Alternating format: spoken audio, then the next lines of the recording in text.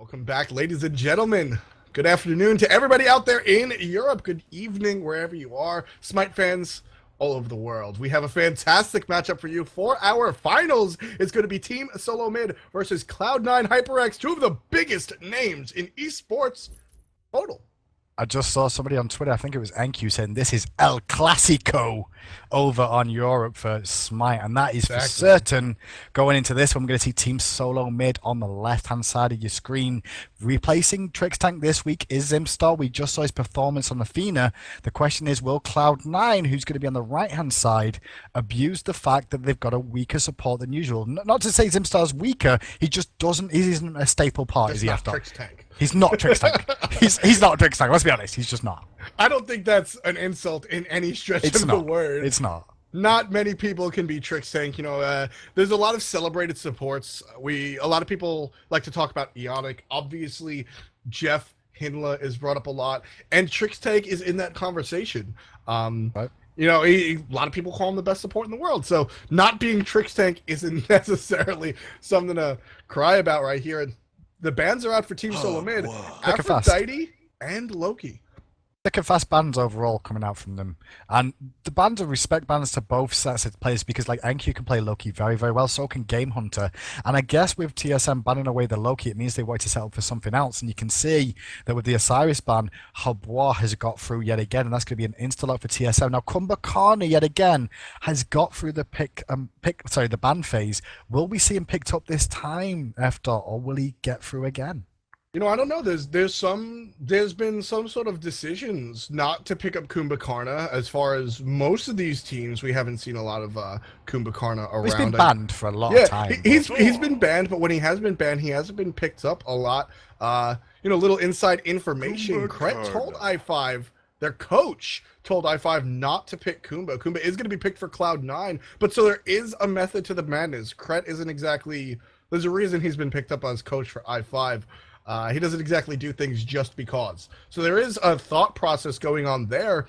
Kumbhakana, though, going to be picked up for Cloud9. It's because Kumbhakana is actually bald underneath that hat he wears, and Kret felt, you know, scared of the fact that there's another bald person on the scene with him, and he was like, no, don't pick that god, I don't want to see him around anymore. Doesn't pay detriment for i5 this week, maybe next week though, but right now, Kumbhakana locked in, and TSM are hovering and locking in Apollo, have the support to pick, and they're going to go with Athena once again. Not a surprise after. I love how fast these players are locking their stuff in. Apollo and Athena, it worked. Let's not mess with it. We're just going to go ahead and pick it. Fantastic. Cloud9 responds in spades. You know what? We're going to play Artemis. Youngbay has a nice Artemis. I do like it.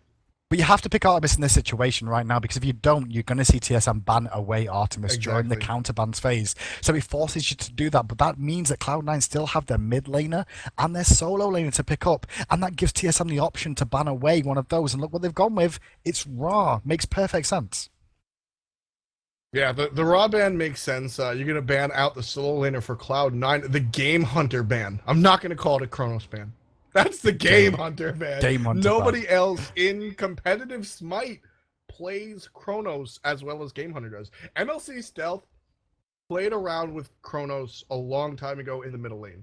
But with the exception of that, I'm really racking my brain here, Hindu man. I don't think we see Chronos anywhere else with the exception of Game Hunter, and he plays it so well they ban it out. But I mean, we discussed this as well, is that Game Hunter last week played Habwa to a ridiculous level. So even if you do ban that away, they could still give him Habwa and put something else in the mid lane. And we can see now that Sayo's going to be on that Ao Kwang again. And Ao Kwang, for him, he played that very, very well last week. But this gives an opportunity now for TSM to pick a mid laner or a solo laner right now. Right. That could set them up perfectly. And as I say that, you can see on paper, oh, we're set up for a good one here, F. We're setting up for a really good one, because Isis and Vamana have been hovered and locked, which says that's a Habwa jungle or a Vamana jungle. Yeah, that's an interesting. I think it's going to be the Habwa jungle we were talking about. Kivo playing it before he was banned. So I you know, we'll see how that works out. We're gonna see the Game Hunter Vamana, the character and player combination that picked up a pentakill at the launch tournament. Oh. Should be really exciting. They take, you know, this is actually curious. Ao Kwang was picked before Isis I always thought Sayo By Sayo. preferred Isis. I agree. I thought so the same, but left on the table, and you're going to see that taken away, and Lobster probably going to be picking that one up. And at the moment, they're hovering over Hercules. I'm not sure if they're going to go with that one. No, they're going with Zhong Kui as their last pick for Cloud9, so it'll be NQ on the Zhong Kui more than likely. Sayo in mid lane, Sun Touch in the jungle as Thor, Youngbei, and Half Devil rounding us off with the Hunter and AD carry that is Artemis and Kumbhakarna. On the other side, though, the question is where they all going to play. Well, at the moment, it is, like you said, going to be on paper. It's going to be Cuba Fred playing Hobwa. So we're going to see that jungle route coming out. Yeah. I like the picks for both teams right here. Taking a look at TSM, it is confirmed Cuba Fred will be taking Hobwa into the jungle. A throwback to Lionheart, if you guys have a memory that far back. Lionheart likes to call himself the inventor of the Hubwa jungle. It does work out a lot. But looking over there at Cloud9, HyperX, Half Devil on that Kumbhakarna, you want to take a mage that can eliminate somebody when they come down from the epic uppercut. Sayo's famous Isis isn't exactly a burst mage. She's more of a control mage. With Hubwa taken off the table, Ao Kwang is the best person to pair with a Kumbhakarna. You can argue Scylla, but I like the Ao Kwang a little bit better. Yeah, Ao Kwang Ultimate really does play into the part. The Epic Uppercut into the Tempest Serpent really works well together. And as well, you can drop the Tornado on the ground preemptively for when they actually land as well, so get that damage off on top of it. So it's a nice combination there. On the other side, I feel the only difference is with Thor being taken away from Cuva Fred and Sun Touch going to be on that. Both of them very, very good at their Thor play, but both play it slightly differently from each other too. With Cuva Fred now on a little bit of a less mobile god in Hubwar in the jungle, it might be a bit of an issue for Zimstar to make such big plays that he did last game with those Defender of Olympus jump-ins. Yeah, it's a much different situation for Team SoloMid right now. Rather than have Cuvo ult down, Zimstar ult on top of him, and just Cuvo's going to look to do that all by himself. And with Hubwa, he definitely can. NQ is going to be playing Zhong Kui. He actually looks like Zhong Kui as well. So we're going to take a look to see how well that plays out in the solo lane, or if Game Hunter can prove that he brings the pentakill again. So we're going to take a look at that in just a couple of minutes. Stay tuned. Welcome back, young Smite fans. We're back with your first matchup in a best of 3 for 2 of the largest names in Smite esports. Team SoloMid versus Cloud9 HyperX are facing off in the finals. And it's one of those games that we haven't had the pleasure of witnessing in quite some time, because these two have been number 1 and 2 seeds for the longest time going, and yet they've not met that much in the finals because either or have had an issue making it there in some of these weeks. So right now we're going to see them face off and see if anything's changed between these two teams and if who's going to come out top dog today in this best of 3. I'm really excited to see Hubwa work in the jungle. Cuvo Fred, of course, playing the Hebrew, or the Habra. He's going to play the Habra skin, and it's exciting. And what else is exciting? He's going to go with a traditional start of Bombus Mask, Hand of the Gods, and Magical Potion. And we should let people know that this isn't necessarily what we call an unconventional pick. It's unconventional in the sense that he's just a burst mage in the jungle, but it's something that is tried, true, and practiced, and Cuvo Fred's about to bring the pain, and we'll see if it works out. Yeah, it can be effective as well, so we'll see. I mean, both these junglers, we're going to see Thor and Hubwa, they are both very reliant on, if they get a big lead, if they get an early kill, it can really set them up for a very strong game. We saw that from Thor last game when we saw Cuva Fred playing it, and this time he's going to be on Hubwa, who has the same sort of situation as left-hand side. Did he actually take that experience camp? He did, you know. I think Smack just stole that camp on the left side. He did, and we saw Lobster, a great attention to detail, maximizing his kill on the dual harpy tonight. I want to highlight what seems like a really small thing is great poke coming out of the Sayo. Before the harpy spawned, he used the basic attacks to ensure that the last basic attack, the AoE hit, would hit those Furies, and that allowed him to get the maximum damage that he could possible. And I think that's the reason why we see Isis instead of Scylla. Lobster is just extremely confident in his Isis play, and I think that player skill can catapult Isis to the same level or higher as the Scylla. Early rotation from Sun Touch to mid lane once again. Lobster's going to be aware of it, and this is what the pro players like to do on the Thor. Early rotations, look for the wall from behind. rotate back to the solo lane once again, or maybe Suntouch is just going to hang around mid this time round. One thing to note as we look at the left-hand lane getting poked down as Cloud9 gets forced into the tower is that NQ on this Zhonghui has picked up sprint rank 2, improved sprint already. Yeah, that's going to be a big deal, knowing that there's a slow on numerous players on the team is going to be able to break the slow. Of course, rank 2 sprint is what breaks slow now, no longer just rank 1. Cubo's going to come here and help his mid laner clear a little bit. Yeah, for the time being, both junglers actually rotate to mid lane, so Solo's going to be a little bit ahead than usual, accelerate their gain to level 5 a little bit quicker than they're probably used to as well. So probably next minion wave, you'll see them start to take over to level 5, as both junglers have gone to their back half experience camps, going to be rotating to their last boss in the jungle. Going to see Ao Kwang picking that one up from Sila's going to be picking that one up from Suntouch. At the same time, Hubwa still dealing with his right now. NQ getting poked out a little bit from Game Hunter. Game Hunter actually nicely dodges the card while NQ hits the wave. Game Hunter knows these matchups in solo lane oh so well. Yeah, Cubo's just dropped the speed buff, going to pick that one up, go straight back to base. He's hit level 5 now. Keep an eye out for the attack option coming out from him, as Suntouch will be very soon joining him at level 5. He's going to go back to base as well. So this is where we'll probably start seeing the first real bits of gank pressure on the map coming out. Dual lane getting a little testy over here. Zimstar trying to make something happen. Half Devil yawns him to sleep, gets the mez out. Zimstar can't really make anything happen. That's basically why we see Kumba banned or picked so often. Cloud9 said what a lot of you in chat were saying. Why aren't you picking Kumba Karna? I guess we'll just take him. Yep, pick up Kumba Karna, use him to his advantages, but Qvifred going to look to apply pressure on this side immediately. You can see Youngbei and Half Devil only level 4, and immediately the Mez comes into play, but Youngbei being focused down here. Great Mez coming out from Smek, and now Youngbei's going to drop, and they're going to give that one to Qvifred. I think Smek wanted it more, but Qvifred was like, no, Spout, I need this. Mid-camps are up though. Suntouch has a chance to try and force some aggression. Lobster, who's doing very well, to be patient about waiting to make sure that he doesn't get caught out of position. And that's basically why Hubwa jungle works, folks. Knock up, water cannon, ultimate, they're generally dead.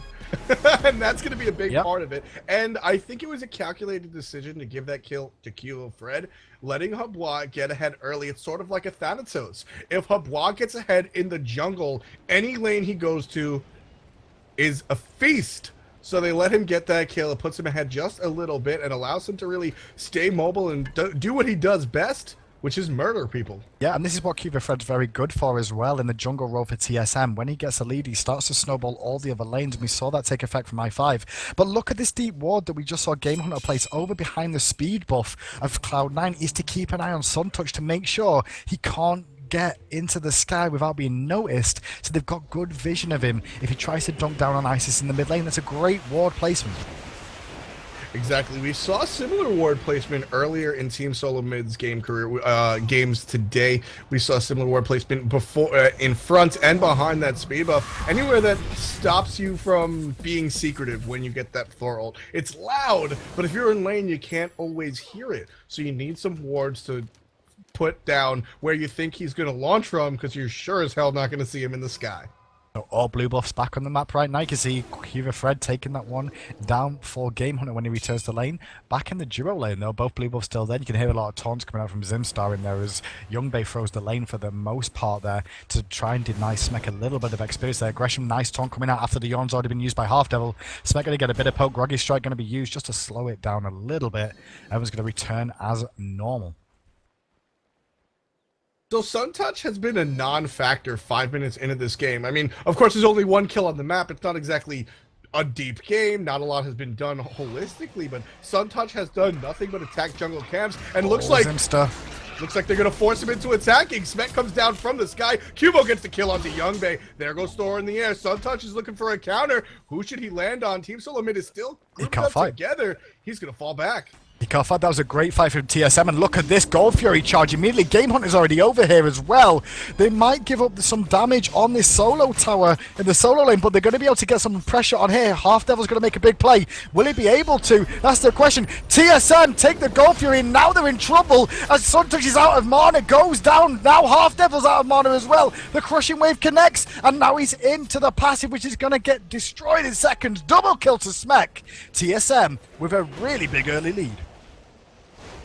Team SoloMid really coming out to play today. I love the decision from NQ not to rotate. As soon as he saw the Gold Fury was being done by not just 4, but 5 members of Cloud9, he wasn't going to make it in time. He wasn't going to be able to contribute to the fight much. I don't want to say he knew his team was going to die, but they were severely outnumbered. Gets the tower. That's going to be the first structure down in the entire game. So he responds not just with the tower, but by also maintaining his own life. So that, of course, goes to Team SoloMid. They got a number of kills and the Gold Fury. But Cloud9 HyperX does pick up something, and that solo lane tower is going to be a big deal. Yeah, mid camps do go down, left-hand side to TSM, right to Cloud9. You can see them all prowling around looking for Half Devil here. Zimster's going to keep him busy for the most part, but immediate use of that yawn from Half Devil just forces any engage back overall. But going back to that fight that all started that Gold Fury after, I mean, that was initiated by TSM going aggressive. It looked like Zimstar was out of position, but he knew exactly that Cuva Fred was going to come round from the back side of the enemy jungle and surprise them all and get out a lot of damage and win that fight for them cleanly. Yeah, they essentially forced Suntouch into fighting. I don't really think Suntouch wanted to fight just yet. He's been playing very passively, staying in the jungle, looking to get farm up, and they forced him to fight when he didn't want to, and now he's got a death and no kills. Yeah, Suntouch are having an issue because of the ward placements coming out time and time again from Cloud9. He just went up in the air again, but there's a ward placed near the Gold Fury where he went up into the sky, spotting him out immediately when he does that, and immediately everybody on the team in the area backs away knowing it's available right inside, being aggressed on, and we can see that NQ's in a bit of trouble, but he's going to be okay with the recall demons. Are going to force them away from this fight for the time being, and that was with Zimstar included. NQ on that Zhonghui is just so tanky. Not only alone, but during that ultimate, of course, the passive protections given to him by his sack of demons with exorcism is doubled while he's channeling his ultimate. So as long as he can stay alive and get to safety during that ultimate, he's fine. And that's what he did. Had he been caught out after the ultimate ended, that's a different story as his passive protections go down to 0. But all is fine for NQ in the solo. I mean, talking back at NQ again that you were saying about the not rotating over, look at the goal disparity between him and Game Hunter. And Game Hunter picked up 2 assists as well as the Gold Fury, and he's actually ahead, and NQ's still ahead in gold. That shows the decision for him to stay in lane paid off bigger overall from him than it does for Game Hunter. Maybe TSM are now ahead in terms of golden experience, but in that individual matchup, NQ's coming out on top and can possibly try and get his team back in this one by being a bigger factor by getting ahead in this mid lane, in this solo lane. Yeah, NQ was, don't forget, NQ is one of the biggest pickups Cloud9 HyperX has ever made. They grabbed him from SK Gaming, and at the time he was one of the best solo laners. The 3 solo laners that generally used to get tossed around and still do to a certain extent were NQ, Game Hunter, obviously, and Xayah previously on Cloud9 HyperX. NQ went ahead and filled a void that Xayah left when he left for Exposed Secrets, and one team is certainly doing better than the other. Well, you can see Half Devil looking for an opportunity on Lobster in middle lane. The dunk comes out from Suntouch. There's the yawn immediately, but the beads is going to counteract that. Lobster survives the fight from 3 members and turns it around. Half Devil's very low. Zimstar comes in as well. Gets off some nice damage. And finally, Smek coming down too. Half Devil's in a world of pain. He's not got a passive online. He's going to be a casualty. And TSM with the counter gank of counter ganks.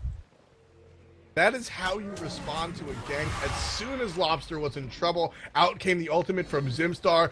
The entire cavalry came out from the right-hand jungle, and TSM responded in spades. They do not want to let this mid matchup go down. Sayo is winning the lane 12-11 with respect to the enemy mid laner's level, but they're not letting him die. No, they're not letting him die. Lobster did a great job overall. Great response from the whole team. Like Zimstar to use his ult immediately, help Lobster to survive, as well as the whole team. The whole team, F-Dot. Not just like 1 or 2 members. Everybody came mid and went, "What's up, Lobster? You okay, buddy? You okay? I got your back. No worries." And Cloud9 just like had to walk away. There was nothing they could do. And even paid with a lifer with Half Devil going down. Yeah, beautiful rotation from Smek, knowing when to... Apollo could rotate at any time, but it requires the ultimate. Knowing when to rotate is really important, knowing when your team can handle it by yourself, because of course, leaving lane as a hunter is a big deal. If you lose out on farm if you don't make anything happen. That's right. And with right now, Smek is 12 and Young Bay is 11. If Smek didn't get that kill, Hindu Man, Young Bay would be in the lead right now. That's right. That's right. It's really key. And what I want to know is how communications go down in some of these things. Was it Lobster just screaming, "Help!" and everybody came? Or was it a decision made by the team to all rotate mid lane immediately because they can pick something up from it? That's what I want to know, how comms sound. Is it going to be organized comms, or is it just crazy shenanigans of people screaming for support opportunities? As Suntouch is going to be found by 3 members in the jungle there as the wards are getting placed down. Clearly TSM want to fight again as the Gold Fury has spawned once more. And with the lead that they've developed, they want to continue that. But look at the experience difference though, F-Dot.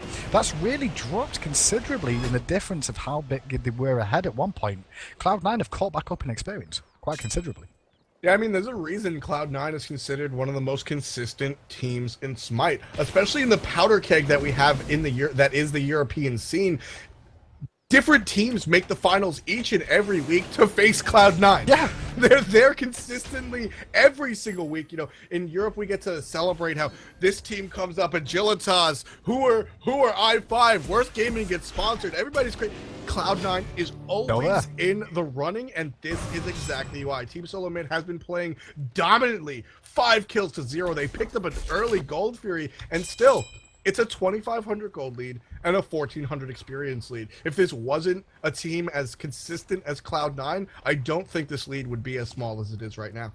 Yeah, it's a big shout out to both Cloud9 and TSM. I mean, Cloud9 have been around for a long time now in the scene, and they've performed adequately on each week. I mean, I kept calling them bridesmaids because they reached the final, but they were never the bride. You know, they had issues with finishing it off at the end, and it was kind of true. And eventually, they did break that duck again. But the consistency of reaching the final in itself is good enough, especially when, like you said, EU is so crazy in terms of which teams make it to the final each week. It's so nice to be able to cast TSM and Cloud9 once again, though, and show off the top 2 as Lobster gets caught out. A lot of damage is going to hit from him because the tornado was positioned perfectly, and Lobster's very low. I keep looking for the kill. Blink was huge from Lobster. Jeez, that was close. That was a dead ISIS, but a perfect blink coming out. Just eyes in the back of his head like a 3rd grade teacher. NQ come down the lane, knew that he was there, had to blink out. Hugo Fred with a nice speed's gonna get out of that situation. No problem. Yep, beats has to be used, but Smek's gonna rotate in, looking for the kill on Half Devil. The tornadoes defensively, Smek comes in, gets some nice damage on Sayo, but nothing more's gonna come of it. Meanwhile, right hand side, NQ versus Vamana. The fight's on. Oh my god, Sayo! Oh my god, he found the snipe round the corner. That was a play. Sometimes that happens, folks. Wow. Just amazing mechanics coming out. And, you know, we talked before about how Sayo's winning this lane. Sayo is 15 versus Lobster's 13. Sayo, of course, does have a single kill to his name. So that is just coming out from the minions. But let's take another look at that fantastic Eternal Dragon. It's just map awareness. He realizes where the people are going to be, even though he can't see them clearly most of the time. I think he can with the ward placement there, though, on that one. But there's a good ult across, unexpected from TSM. So you see him drop down there. Zimstar gonna drop. He is 0, 1, and 5. And that's a big shout out to Zimstar because he's been involved in every single kill and death in the game, including his own. Exactly. Love to see that snipe come out from the long range. Sayo, of course, one of the better mids in all of Smite. Honestly, I think in a period of time, I don't think this is the case anymore. But at one point in time, Sayo was the best middle laner in Europe. Right now, there's so much competition. I don't think that statement is so easy to say. And of course, that one's more personal opinion.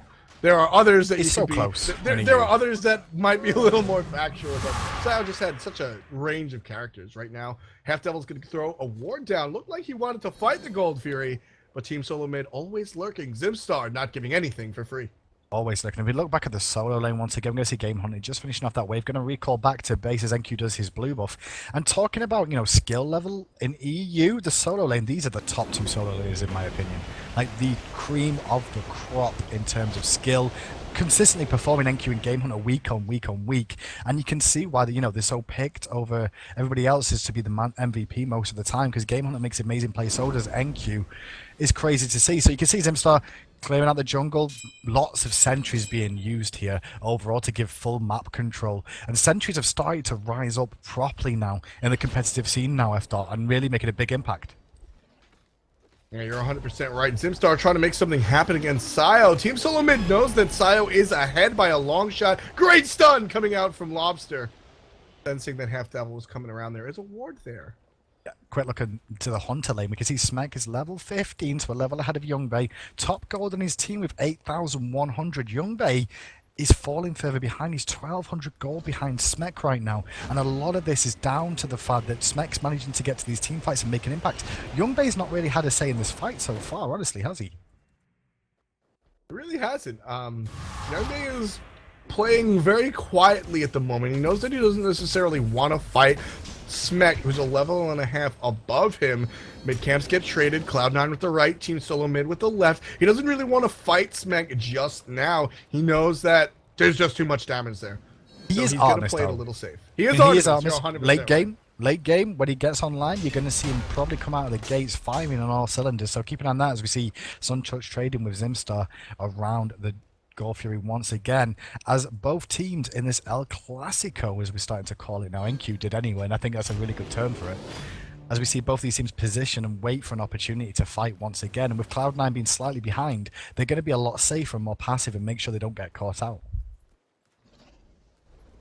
17 minutes into the match, Team SoloMid is leading 2,100 in gold. Experience is a much different story. Cloud9 HyperX actually just took the lead with respect to experience.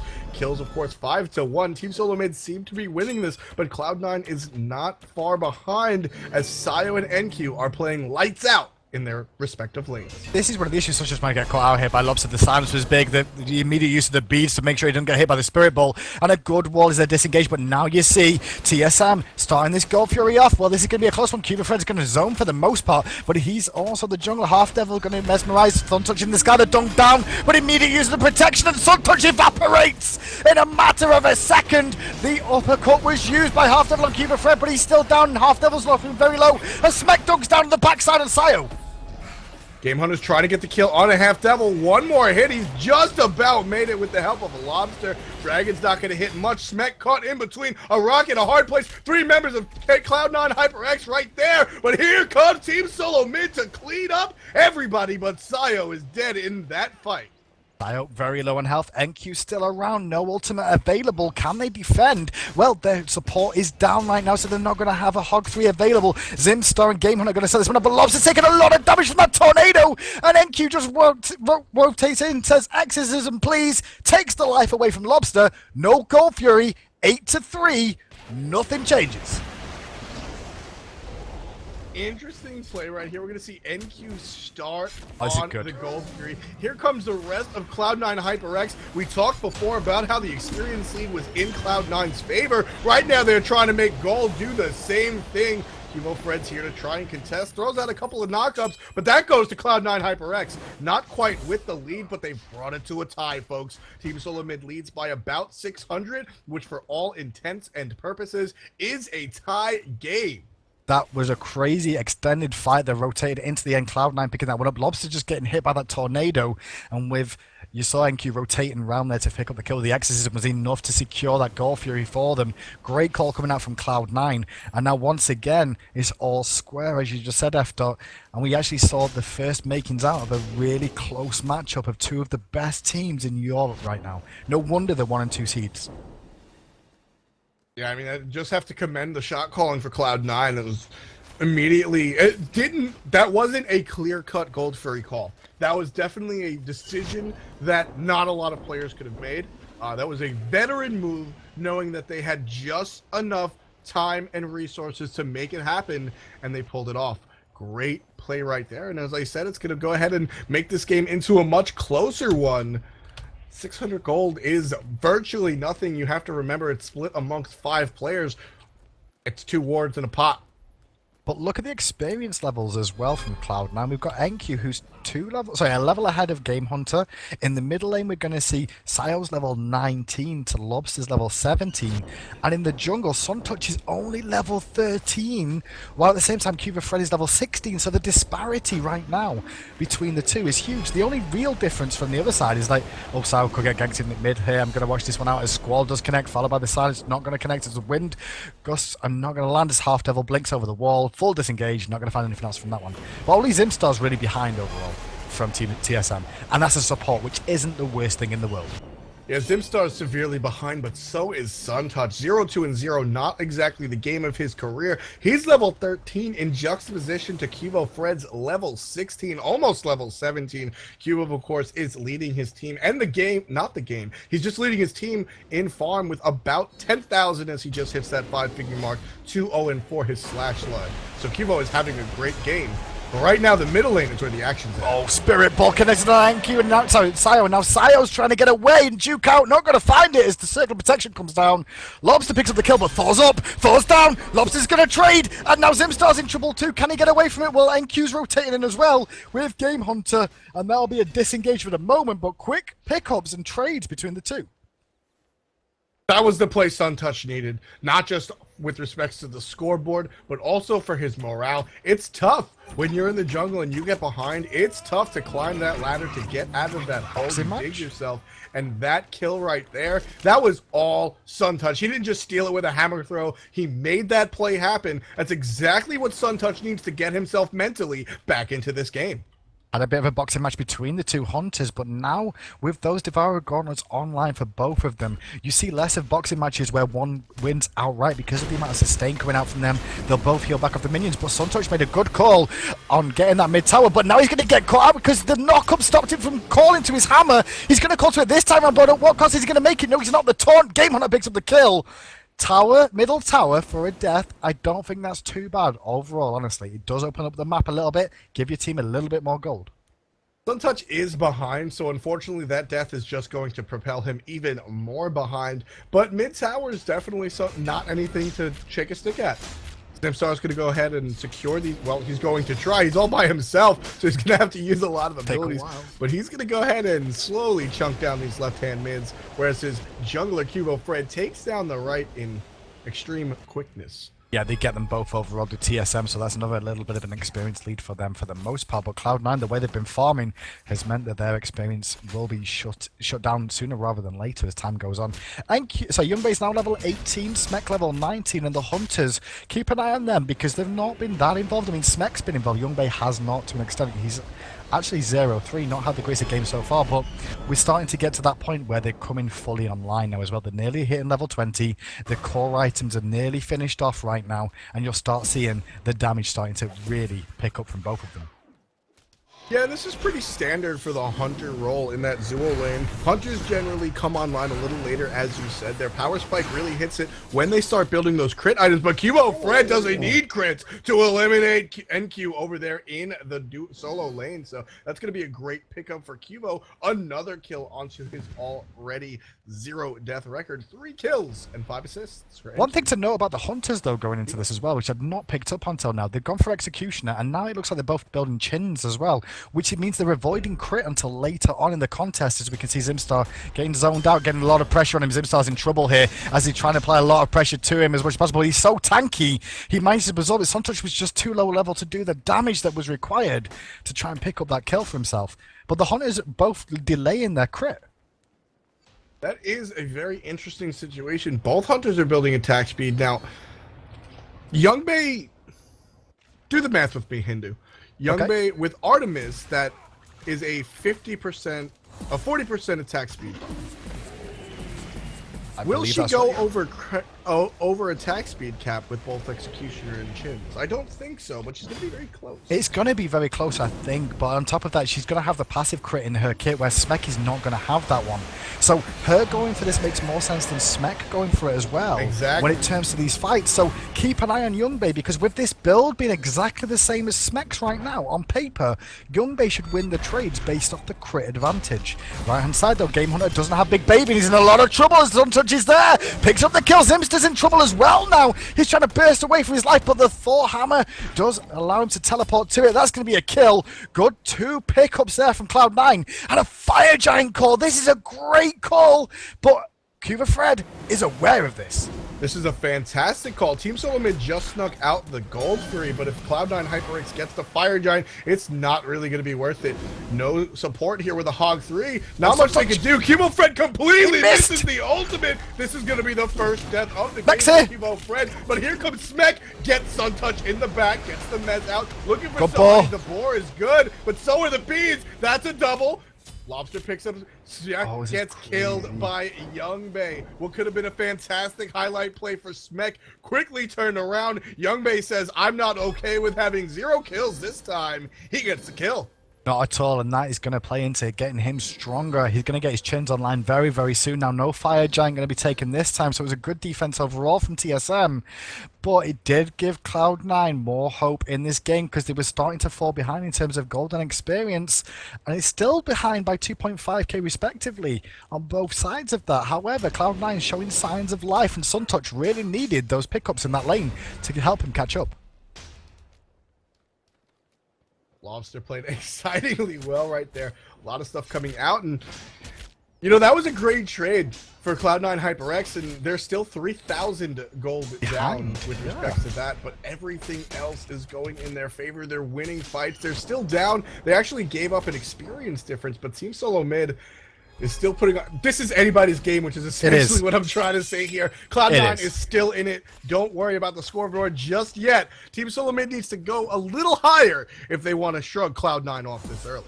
I mean, experience-wise, I mean, actually, talking about that, Suntouch could be in trouble here because Game Hunter's level 20. He's only level 16. He's got NQ on the backside coming round, so he's going to keep the aggression on. Game Hunter, well aware, going to disengage for the most part. Good call from him.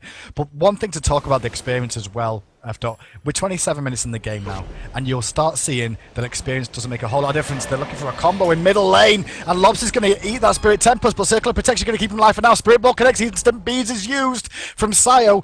Disengage from both teams, but as I said, experience is not going to matter too much because everyone's starting to ding level 20. Very, very true. And right there, as we see Lobster get hit by the Eternal Spirit, that is the Mez situation. When you get Mez, you don't necessarily think you need to beads it, because once you get hit, then you're out. But when you get hit by an ultimate for 80% of your HP, it's a much different story. The late beads allows him to get hit by the ult. Luckily, he does heal himself up with his own ultimate, Circle of Protection, but gotta be quicker on those beads, even though it's quote-unquote just a mess. Now, with these item builds that the two hunters are going for right now, what you're going to see is they've gone for a very heavy attack speed build and finally going to be picking up a Rage more than likely next. You can see Smek probably working towards that one, then finally will probably be a Deathbringer as well. Or they may go straight Deathbringer into a Titan's Bane for the extra penetration on towers. But there's not a big difference with the Titan's Bane to pushing down the towers as much as you think. It's like an extra 2 auto attacks, but 2 auto attacks can make a difference. But it's very, very slow late game builds from both these two hunters. It's fully respect to each of them as well. That they've gone for a very safe build, not gone for the crit build early. And it's very curious that they're not going for the crit build. This is something specific to this fight, honestly. It's not a European strategy. We saw crit being built all across the board as far as rest of the games. North America, we see the standard hunter build going to crit as soon as you build a single attack speed item. But here in this game, Smek and Youngbei must have read the same manual. They're both building attack speed. Yeah. Yeah, I mean, I think on paper the numbers do break down that this build is more damage. However, the crit makes a big difference in terms of if you get that crit off, it can really swing a fight in your way. In straight duels with other characters in the game, like to hit a mage down, you'd have to do consistent damage with your chins and your auto attacks and consistently land them, where a crit could make a big difference in between the life and the death of a mage in a very bursty situation. Aggression at the Fire Giant against Half Devil is going to get aggressed on the slow, is going to be applied to him in the silence. Going to be fine though, because he is Combo Corner after all. Just use that throwback to disengage himself for now, as both teams starting to highlight around this Fire Giant, and the Hunters continue to stay in that left lane. Fire Giant is going to be a huge point of contention. We're already at the 30-minute mark, just 30 seconds beneath it. Suntouch getting approached on by Lobster. Here comes the rest of the team. Zipstar is here, gets the taunt, but the beads are good. Suntouch is going to be safe, but here comes Smek. Well, Smec's going to look for something, but he's going to go into the tower range. He's going to get tower aggro as well. Dunks down to Suntouch, takes a bit of damage. The wall connects, though, and Half Devil's still going aggressive. Game Hunter's going to go deep here. He's going for Young Bay, and that's a good decision for him. Look at Game Hunter, he doesn't care. Give me that Bay, that's what he's saying. Not going to find it, though, for the time being, and now he's caught out of position. Going to go back in for Young Bay again. He's not finished running ages. He's going to save the day for now, but not long enough. Game Hunter might trade 1-for-1. Smec takes out Enki on the backside. Game Hunter still alive, surrounded by members. His Spirit Ball comes out, not going to connect. Delay his death for the time being, but Lobster now gets uppercut into the sky into the tornado. The wall connects. The beads was good. The Spirit Ball is going to delay but not pick him up. Crazy fights. Yeah, unfortunately, Lobster went ahead to go and save his friend, but his friend was already down for the count. That was just sort of funneling into the meat grinder. Meanwhile, NQ in the back was being killed by Cubo all the while, and as soon as Smec fell back with Zimstar, while NQ was trying to escape the Habois, in came a Hunter and his support. Smec goes ahead and gets credit for that kill, so that's going to be Cloud9's favor. But Team SoloMid does get something for their troubles.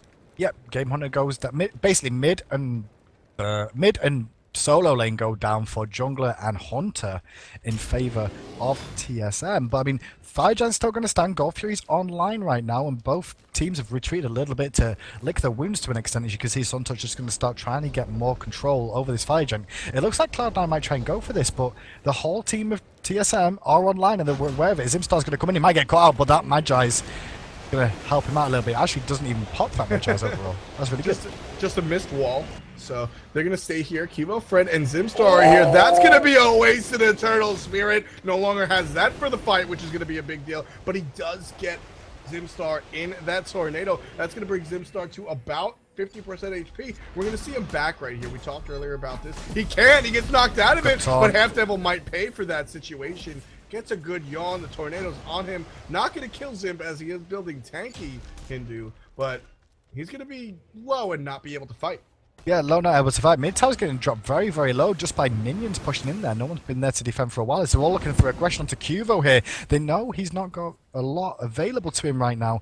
And one thing to know as well, Smec used his Across the Skies and rotated to the left lane, so that's on cooldown for the time being. And I know Cloud9 know this because Smec was there, Youngbay was there and spotted that one out. And look at this, he's going for Gold Fury. We might see a bit of a fight between the two Hunters here over the Gold Fury. Yeah, Hunters at this point in the game can definitely solve the Gold Fury because they're building lifesteal with those Devo gloves. So those are going to be a big deal. Devourer's gloves, of course, being online provides so much lifesteal. So they're going to go ahead and try to solo it. It's going to tear the stuff away from the Fire Giant, and they're going to come wasted so much.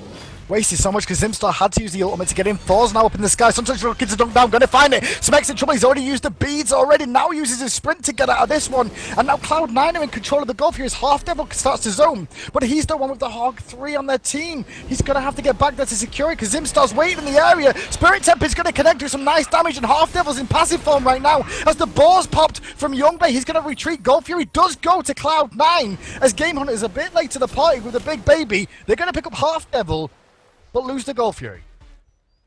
That's going to be a good trade overall for Cloud9 HyperX. Losing their support for the Gold Fury, especially when you're behind in a close matchup like this, is great. They go ahead and pick up that tower as well. Gold difference is going to be 1,400 with respects to Team SoloMid, and experience is also going to be in the way of TSM 2,700. But here comes Team SoloMid looking at the Fire Giant. Cloud9 is still nowhere to be seen. They have to retreat.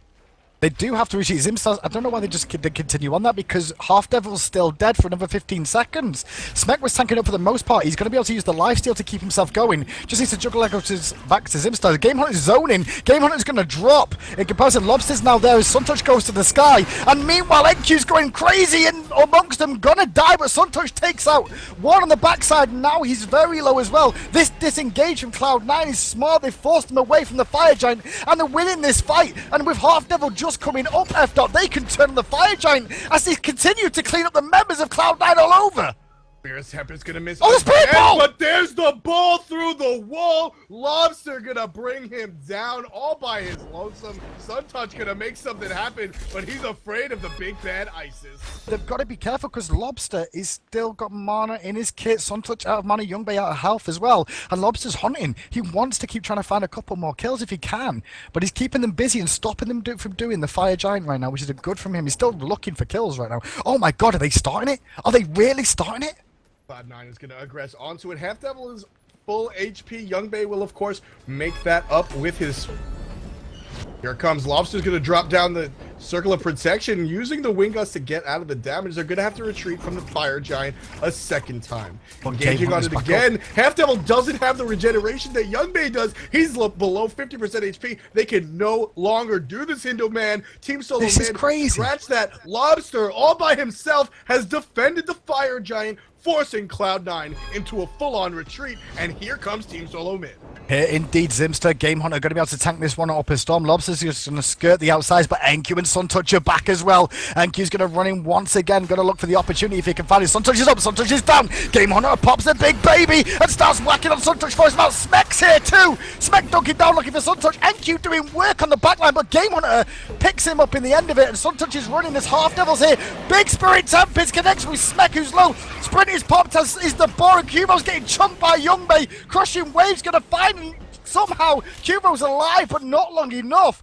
This fight is backwards and forwards. Fire Giant stands. And is Cloud9 going to try it this time? I hope not, please. That's going to be a 2-for-2 trade going the way of absolutely nobody. That might as well be a tie. And right now, that's the state of our game as well. After that mess that we had over the Fire Giant, Hindu Man, the goal difference is 200. That might as well be 0. The experience is 400. That might as well be 0. The kills tell a different story, 21-16, but it doesn't matter in the long run.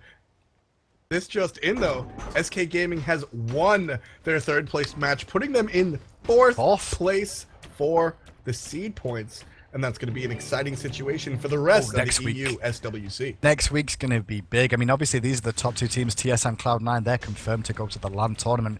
But with SK Gaming now coming out on top in that match, it means that they're going to slip above I5 for that 4th spot. And that means that next week it's still anyone's game, because if one of those two teams can reach the final and win, they can still, you know, they'll still qualify for the LAN. So it's anyone's game, and it shows how close it is. I'm pretty sure there's still a few teams that can still make it now because of this.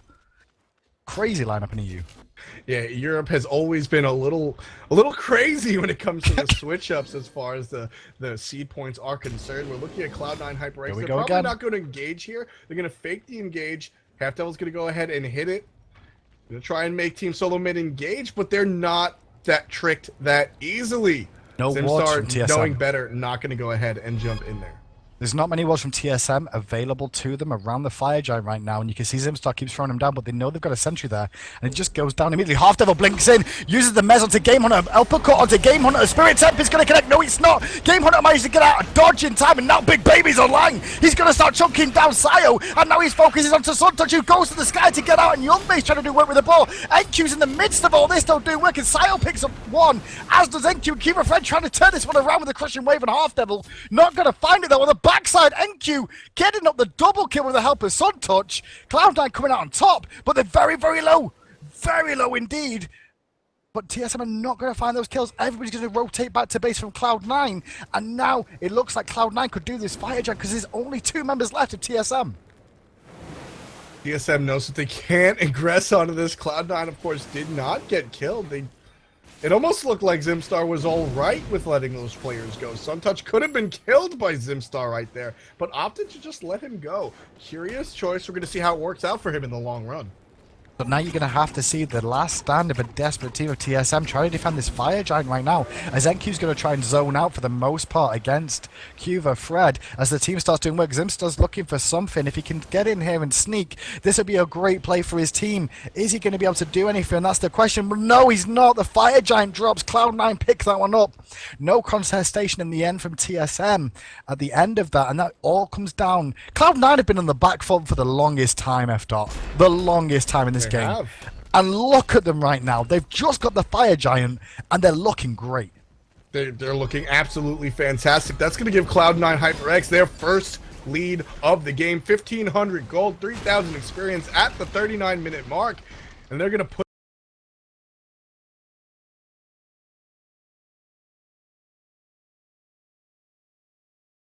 They're going to aggress on that one. What will TSM do though? How many towers will they give up? Will they just defend the Phoenixes? At the moment, the position around this tier 2 tower, so we may see a fight here. But as we said, with that Fire Giant and everybody being equal levels, it's going to be a close one, and the Fire Giant could be the backbone, the game breaker that means that Cloud9 can go on and win this one and win this team fight if there is one.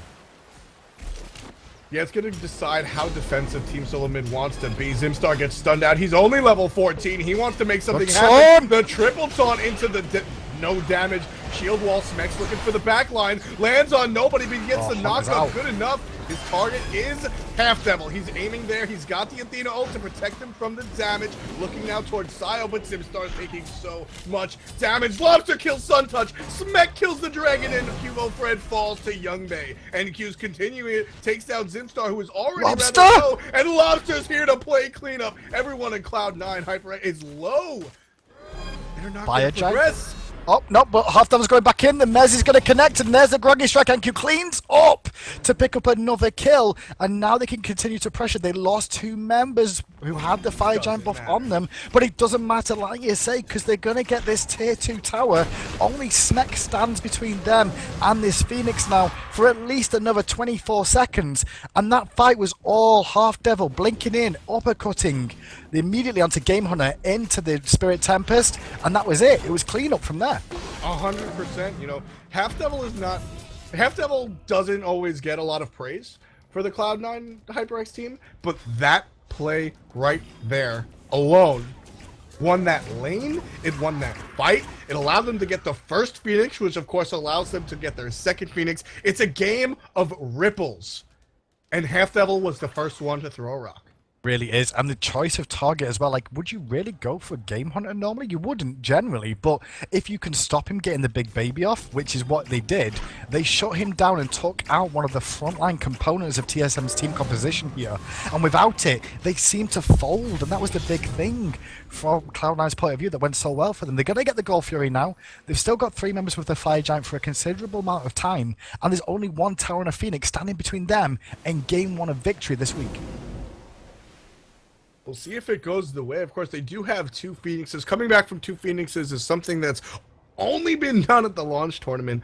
It's definitely an uphill battle for the teams right here. It's very hard to accomplish this, but they're definitely not out of it. Team SoloMid is one of the premier teams right now, though it seems like Cloud9 HyperX does have their name. 8,200 gold difference experience might not matter as everybody's approaching that 2,000, but gold, Cloud9 is generally full build, whereas Team SoloMid is, they're about the same, but it's going to matter when it comes to magical pots. Cloud9, that lead is going to matter sooner or later, but right now it's all about objectives. But for the timing of Fire Giant is still on a few members. You're going to siege this right-hand tower. And the one thing to mention as well, FDOT, is that one death, like if one team gets wiped out, whichever side it is, the respawns are so long now, you will lose a lot.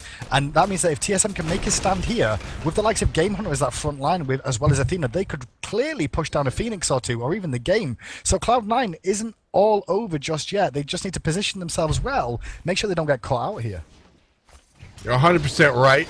But right now, it looks like Cloud9 HyperX is grouping up. They want to get that last Phoenix. They want to get all 3 Phoenixes down. Of course, for those of you unaware, each structure down off the map makes the Titan easier to kill. So in a situation where Team SoloMid has a good opportunity to play some solid defense with a Habwa ult and Game Hunter up in that big baby form, they want the Titan to go down as fast as possible. Here comes the minions, and the siege should follow suit.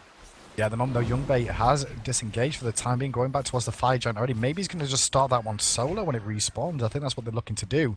I mean, they've got Smek on the side of TSM, playing that Apollo right now, and he's going to be quite comfortable to be able to split push and rotate to the fight. Look at this, Youngbei is at the Fire Giant. He's starting the solo, so I was going to go back. You can slowly see the retreat from Cloud9 and Suntouch and Half Devil. Keep them busy on the front line while they slowly work this one down earlier rather than later. And I don't think TSM can really get involved in this before it drops. I think Half Devil's going to make it there in time with the blink and hog. Great call from Cloud9. Really nicely played. Yeah, completely zoning out the team with their entire team minus the Hunter, who's building attack speed and Devourer's gloves. Here comes Suntouch down onto Lobster, trying to make something happen for his team, trying to put them on his back. That's what they need to do. NQ's trying to get Lobster down. Wow, bursted by the Jean Quay. We have Game Hunter in the back, up in the big baby form, trying to get some AoE damage, but he's all alone. So much. And now Smek is in there as well, trying to defend valiantly, not going to stand. Zipster's one of the only ones remaining now. He's going to have to retreat. The Phoenix on the right side's going to go down. The Fire Minions are doing work already to the Titan. The whole of Cloud9 circle in, and after being behind F-Dot for the longest stretch in this game, Cloud9 go on to take game 1 in this best of 3 week 9 EU. Just under 45 minutes, folks. There's a reason that these two teams are one of the two of the most celebrated teams in our SWC European edition. These two teams are coming out. They're evenly matched. Team SoloMid was playing fantastically, and Cloud9 just didn't let them do much with it. SunTouch had one of the slowest starts we've seen him ever have in his career, but he came back with 13 assists and almost wound up positive. He definitely impacted the game with a lot of initiations, mainly that last one. Yeah, I mean, overall, the team as a whole, Cloud9 performed so well. TSM came out so strong out of the starting blocks in this one, went 5-1 up at the start of this game, and then it slowly got whittled down, and that's one thing, F-Dot, that you don't say often about TSM. They don't lose a lead very often, but in this game, Cloud9 really showed they can do that. They can take it away, a lead from a team like TSM. Really, really well played. Absolutely. We're going to see if Cloud9 can keep the momentum that they had in Game 1 and move on to Game 2, or if Game 2 is going to be taken to a Game 3 by Team SoloMid. Stick with us. We'll be back in just a couple of minutes. Stay tuned. Hello, everybody, and welcome back to your SWC coverage for the weekend. My name is F-Dot. I'm joined here by my co-caster, Hindu Man. We can't wait to get into Game 2. Nope, game 1 was a sight to be seen. It was nice to see TSM and Cloud9 once again facing off in the SWC final, which we've not seen them both do in a while. Cloud9 fought back really hard to take a well-earned victory from TSM in game 1. We're going straight into game 2 now, and with TSM losing that last game, they've elected to go second this time around, F-Dot, which kind of shows how important second pick is starting to seem to a lot of these pro teams. Yeah, second pick allows you to pick a combination of gods, whereas first pick allows you to pick a single god. And in this, since the last couple of patches, Hindu, we've really been balanced. I mean, you do have Scylla, and you do have a couple of people that are a little outstanding. But in general, there is no one god that you must pick. I agree. I mean, this is showing how good balance is in Smite right now. The likes of Kumbhakana can go through picks and bans and not be picked up at all. Scylla, the same way. So it shows that there's so many different variations. And in this one right now, as you see on your screen, Osiris and Giannis were banned out, as was Kumbhakana and Aphrodite. And that means that Loki, of all people, is going to be a first pick over the likes of, you know, Habwa and Scylla, which we've been seeing time and time again in previous weeks. Very true. The Loki pickup is curious. I imagine that's going to go to NQ. It will, SunTouch, of course, could play it in the jungle, but NQ's Loki is definitely fun. And Thor is going to go to Cuvo, assumably Cuvo Fred. Yeah, it probably will go to Kivo Fred overall, because what will happen in this lane, talking to Game Hunter last week, he was mentioning how he thinks he likes Loki. He thinks Loki's the strongest in the solo lane right now. He likes the matchups and the ability that Loki has. And when he talked about Habwa, he says Habwa and a Loki matchup in the solo lane is very skill dependent. Like either one of them can burst down the other one in a split second. So it's all about individual skill. And to be able to watch NQ versus Game Hunter, and we're going to see that matchup live, that is going to be hype on its own, let alone the rest of the game. I'm so excited for that. Very, very true. We're going to see Cloud9 HyperX go ahead and take away Apollo. Vex Apollo is just too dominant, and Athena, they're going to take it away from Zimstar. They're going to force Zimstar to play something else. He's just played Athena the entire tournament, Artemis. So they're going to force him into maybe It's a good call. Not too comfortable. It's a good call. I mean, TSM banned away Kumbhakana as well from Half Devil, so Half Devil's like, fine, I'll take Athena, you know? No problem. What you got to pick, Zimstar? You're covering for Trix Tank this week. You played very well to get yourself to the final and had a pretty good game last game as well, to be honest. But as time went on, Cloud9 came out on top, and now we're going to have to see. I expect a possible another support ban here. I expect a Geb ban possibly coming out from Cloud9. This could be a good shout out if they ban Geb.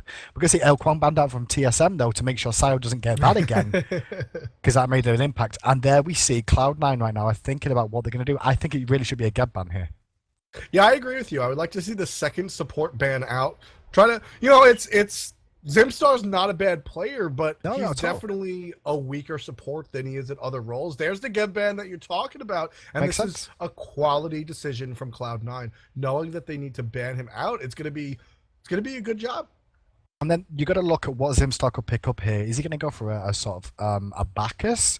We've seen some Sobek, hi-rez. You know, these are the sort of guardians that he's got to look to now to fill that role. Which one's he going to be? At the moment, he's hovering on Sobek, and he's going to get locked in. So, Sobek picked up. Sobek is gonna be picked up. That's gonna be an interesting pickup for TSM, and I like the Sobek pick. The reason Sobek isn't really picked too often, A, he puts himself into precarious situations when he tries to get the flip, but also Freya. Geb is a hard counter. You pick Athena, you know that they're not going to be picking Geb, you can safely go ahead and pick Sobek. So that's going to be fun, and we'll see how well Zimstar can play him, because Sobek is one of those characters. I'll get to that in a second, chat. Sobek is one of those characters that you have to play well, but Zeus returned! He has come back to grace us. He still gets picked more than Arachne in competitive play, even after his nerfs. That's hype. Zeus did see a little bit of a buff after his nerf. So for those of you that are new to the Smite scene, Zeus has been one of the most banned characters in the young history of competitive Smite. He has a large ultimate that's just so powerful. And previously, the way his stat, you used to get 3 stacks and stun them with detonate. It's recently been changed to a 30% slow and just recently upped to 40%. This is the first time we're going to see Zeus in competitive play since that change. And we'll see if Cloud9 can make it work. Chuck being picked up for Team SoloMid.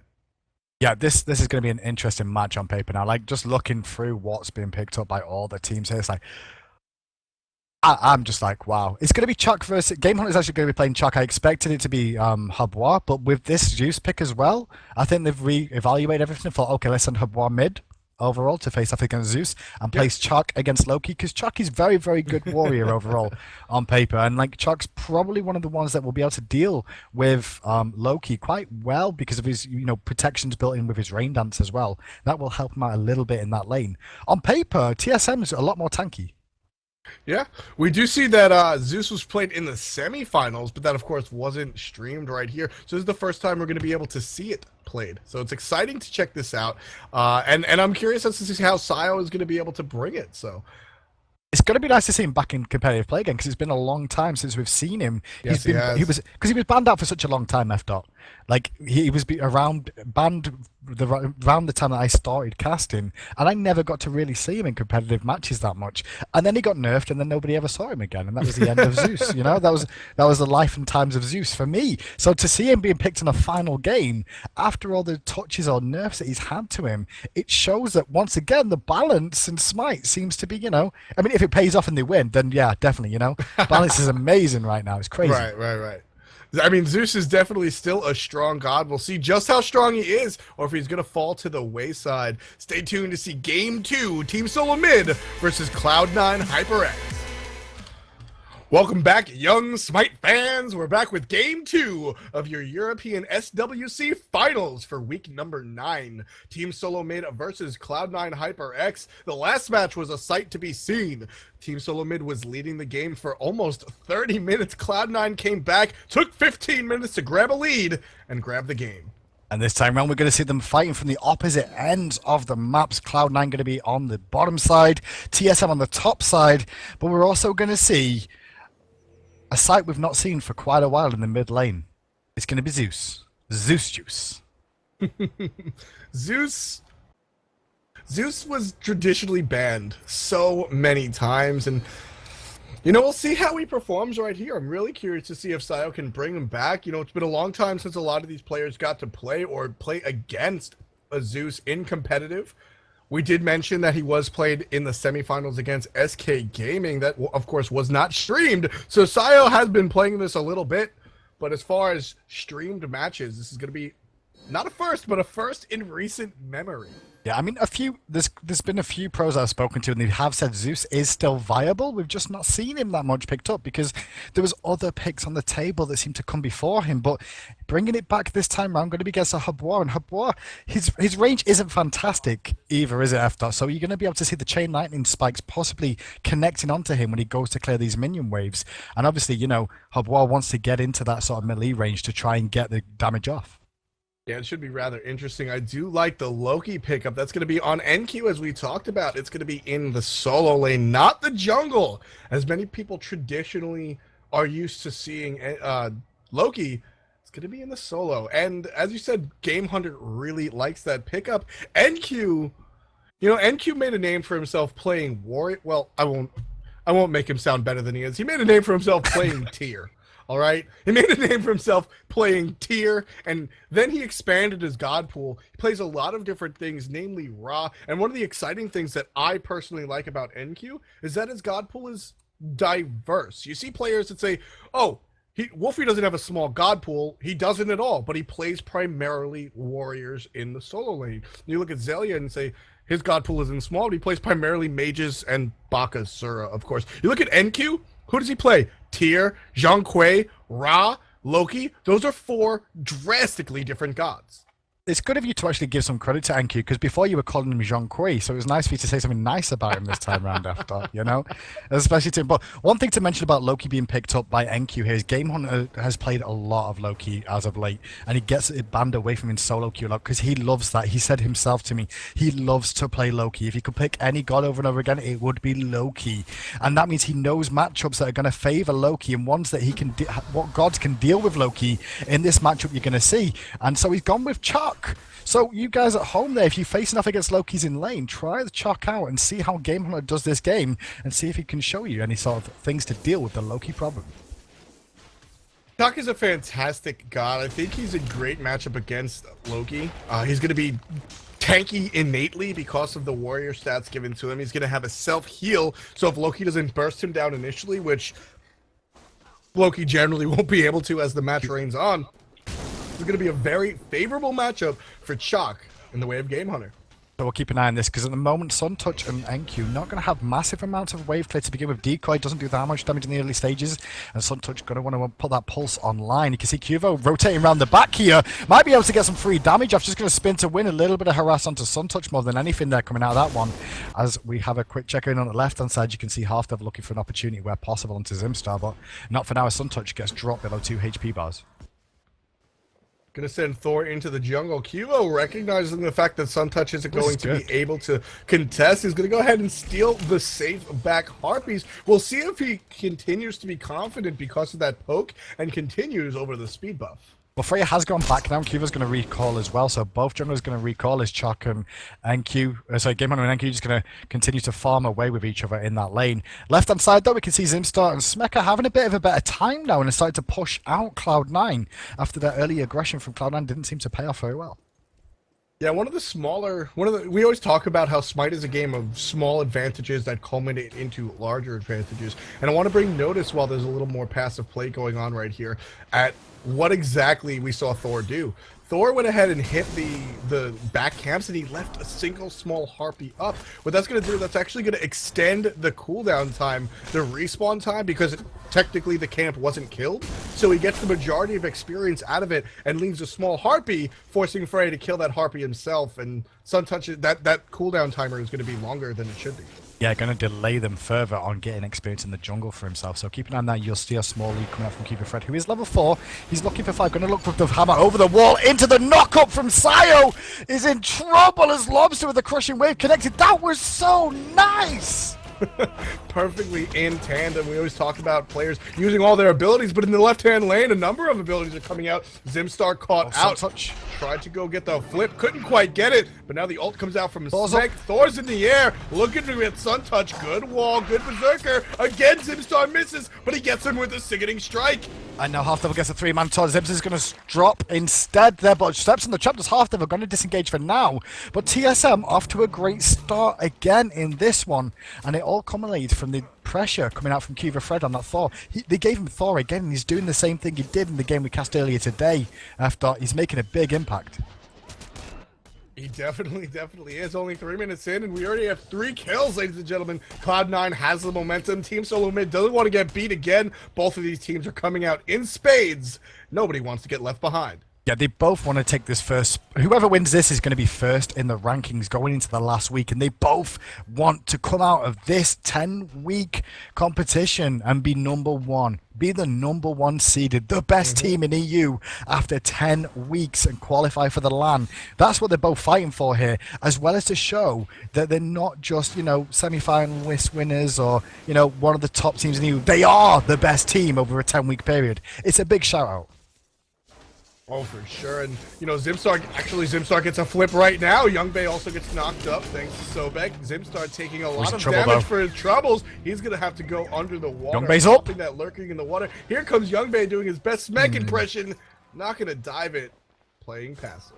Yep, just going to play passive for the time being. And he's actually supporting that TSM skin on himself as well. They're playing that Apollo, which is cool to see. Sometimes he's going to take the red buff in his own jungle for the time being. Didn't manage to get a gank off in that lane, ended up paying the price for it in the duo lane. We saw him try and use the banish, but immediate boar saved the day over in that lane for Smek, and the big turnaround happened as we can continue to see Game Hunter and NQ just farming. Like, neither of them seem to put too much pressure on each other at all. Yep, just farming, staying on that solo aisle. Something worth noting is that Youngbay is using that Team SoloMid skin despite the fact that he's in Cloud9. Exactly, the reason that Team SoloMid has that skin is because they won the original Smite LAN tournament. The Smite launch tournament was $200,000 plus, and Team SoloMid won overall, and Youngbay was a part of that Team SoloMid team. That is technically him. That is technically him on Apollo. Right now being shown off as NQ defending his tower, has his blue buff online now. He's working towards his Heartseeker, but Game Hunter going very aggressive at the moment, has Steel Mail online. More than likely going to be a Mystical Mail, that one there, F-Dot. Is going to allow him to continue to see Loki when he stealths because of the tick damage that's going to come out. Definitely is. Ultimate going to be popped out from Sayo. Almost defensively. Looked like he wanted to clear the way. Oh, NQ's in trouble! Back. Gonna have to use the Assassinate to get away from Game Hunter, who immediately uses in response to try and finish him off. Not gonna find it though, but both ultimates burn, and NQ very low in that lane now, and Game Hunter gonna get a bit of free time with this lane all to himself. Yeah, I mean that's one of the boons of Chalk. When he sees the ultimate come out, he's able to respond. With Loki, it's instantaneous, so it's not necessarily a response if he gets bursted down right then and there. But Yep. so many ultimates come out, and Chalk can just go into Storm Call, take 50% less damage, and then end in a silence. So fantastic. So going back to have a little look at Freya in the jungle. Played by Suntouch. Now, we don't see that much Freya jungle left up from a lot of teams. Mainly Suntouch is one of these that plays him a lot and is well known for it, as we see Cuba Fred trying to rotate around and possibly steal something. Not going to find it. But one thing about Freya is she's one of these junglers that scales very well into the late game, and we always talk about how the assassins aren't great during the later stages, whereas this jungler in Freya, who's technically a mage, has that damage potential in the later stages that the assassins just don't bring. Well, essentially what happened last game was Suntouch was playing Thor, and it took a long while before he even engaged. 5 minutes in, or 8 minutes in, was the first time Suntouch saw combat, and it was a forced combat by Team SoloMid, and he died. Suntouch likes to farm up a little bit and then make an impact when it counts, and Freya is the perfect god for that type of mentality. You sit back, you farm a little bit, and then a little bit later in the game than a Thor or other jungler would, you show up and you eliminate people. So it's a great matchup, god for player-wise. It's going to be interesting. I mean, if this goes to a 40-minute game again and everyone gets to full build, then Freya's going to be a hyper carry just sat there waiting to explode. It's going to be an interesting one, and hopefully, you know, that can play out nicely for Cloud9 to try and give them the 2-0 over TSM. But at the moment, it's slowed down a little bit. NQ's getting a bit low again in this lane against Game Hunter, as Game Hunter just keeps applying the pressure in this lane, not had to go back to base yet, and just continuing to bully NQ as much as possible and keep forcing him back. Pings are out. Habois looked like he wanted to rotate, not able to really do much of anything. NQ forced out of his lane, brought down to about 10% HP. Sayo's in a lot of trouble in the mid lane, gets hit by a crushing wave from Lobster, and Lobster picks up a free kill. Overall, Sayo was just overextended. He didn't have a ward placed there to see what was going on from Lobster, and he just walked in behind him, picked him up, and that is going to be a Goal Fury attempt coming out from TSM now. Yeah, unfortunately, that was a misplay coming out from Sio. They pinged Hubwa. It looked like Hubwa wanted to rotate over the left-hand side. They pinged it, but here comes Youngbei diving into 4 different people. If Cloud9, that was fantastic. Youngbei just walked away. Youngbei was very lucky there, like the wall missed. Yes. If the wall connected, Youngbei was going to have a bad time, and he would have picked up another kill and the Gold Fury as well, to say the least. But the Gold Fury does put TSM in the lead now. He was already in the lead already, but it's extended it to 3,000 gold and 3,700 experience now in favor of TSM, and they're starting to do exactly what they did at the start of last game, F. But Cloud9 won that game, you know? Yes, they did. They won it in spades.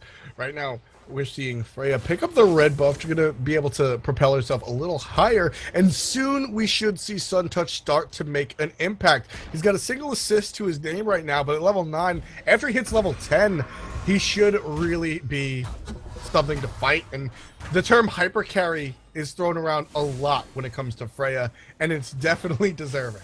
Yeah, it is, because she does splash damage as well, which people, you know, don't think about coming into it. Sao gets flipped in mid lane by Zimster, but now Zimster's going to be the one stuck out of SunTouch, and Half Devil rotate in there. You can see the damage coming out from Zeus, and you can see SunTouch is going to get his first kill of the game. And that's a nice pickup from them, from a counter initiation from Zimstar going aggressive. Ball's going up! Is he going to come down? No, he's changed his mind. I was like, where's he going to go? Oh, he's going to go in mid on Sio! He's going to do the damage to kill him! The wall's at the hammer! There it Cuba is! Fred! He was in the air for so long, I was like, where's he gone? Is he left? Kuvo making plays. Lobster going to be whooped up in the air, and that's exactly what I was about to talk about, but defensively gets away. Interesting play from Loki, but he just doesn't want to get caught out. That's a character that defensive ults will happen. Yeah, I mean, NQ's playing Loki, and Loki is a carry. He's an assassin. He's going to look to do lots of damage, rotate for his team. So if you look at the damage potential coming out from Cloud9, when NQ gets full build on Loki, he's going to be able to take someone out immediately in a fight. Then you've got SunTouch with the massive amounts of pulse AoE damage, and you've still got Youngbei and Apollo sat there. And then to finish it all off, you've got Zeus. Yes. Good old Zeus, which we've not had the pleasure of seeing in a while. We have it. This is definitely a... They're going to try to make it to the late game, Hindu Man, with Cloud9, with Zeus, Loki, Freya. This is a team that, if the game goes long like it did last time, Team SoloMid won't have an easy fight to bring it back. That's for sure. So 4-2 right now in terms of TSM, slightly in the lead. Heartseeker online for NQ on that Loki. Meanwhile, Game Hunter has picked up the Mystical Mail, and when you see Loki vanish now, the Mystical Mail will be able to track him, because the dot damage will show up for Game Hunter to be able to see which direction NQ's trying to run to, and keep track of him and keep the pressure on, and just keep doing damage to him consistently if he's ever in the area. It's a really nice item to pick up, and it makes sense as why he's picked it up on Chuck. Yeah, that addition with Mystical Mail, in addition to the axe throw, it's just consistent poke coming out from the way of Chalk. Chalk does have some of the strongest poke in the warrior tree. That crowd used to belong to Sun Wukong, but with the nerf to Magical Cudgel, it's gone to Chalk with the axe throw. Just so much poke, and against a Loki that's trying to build offensively rather than build against his opponent in that lane, it's going to hurt him a lot.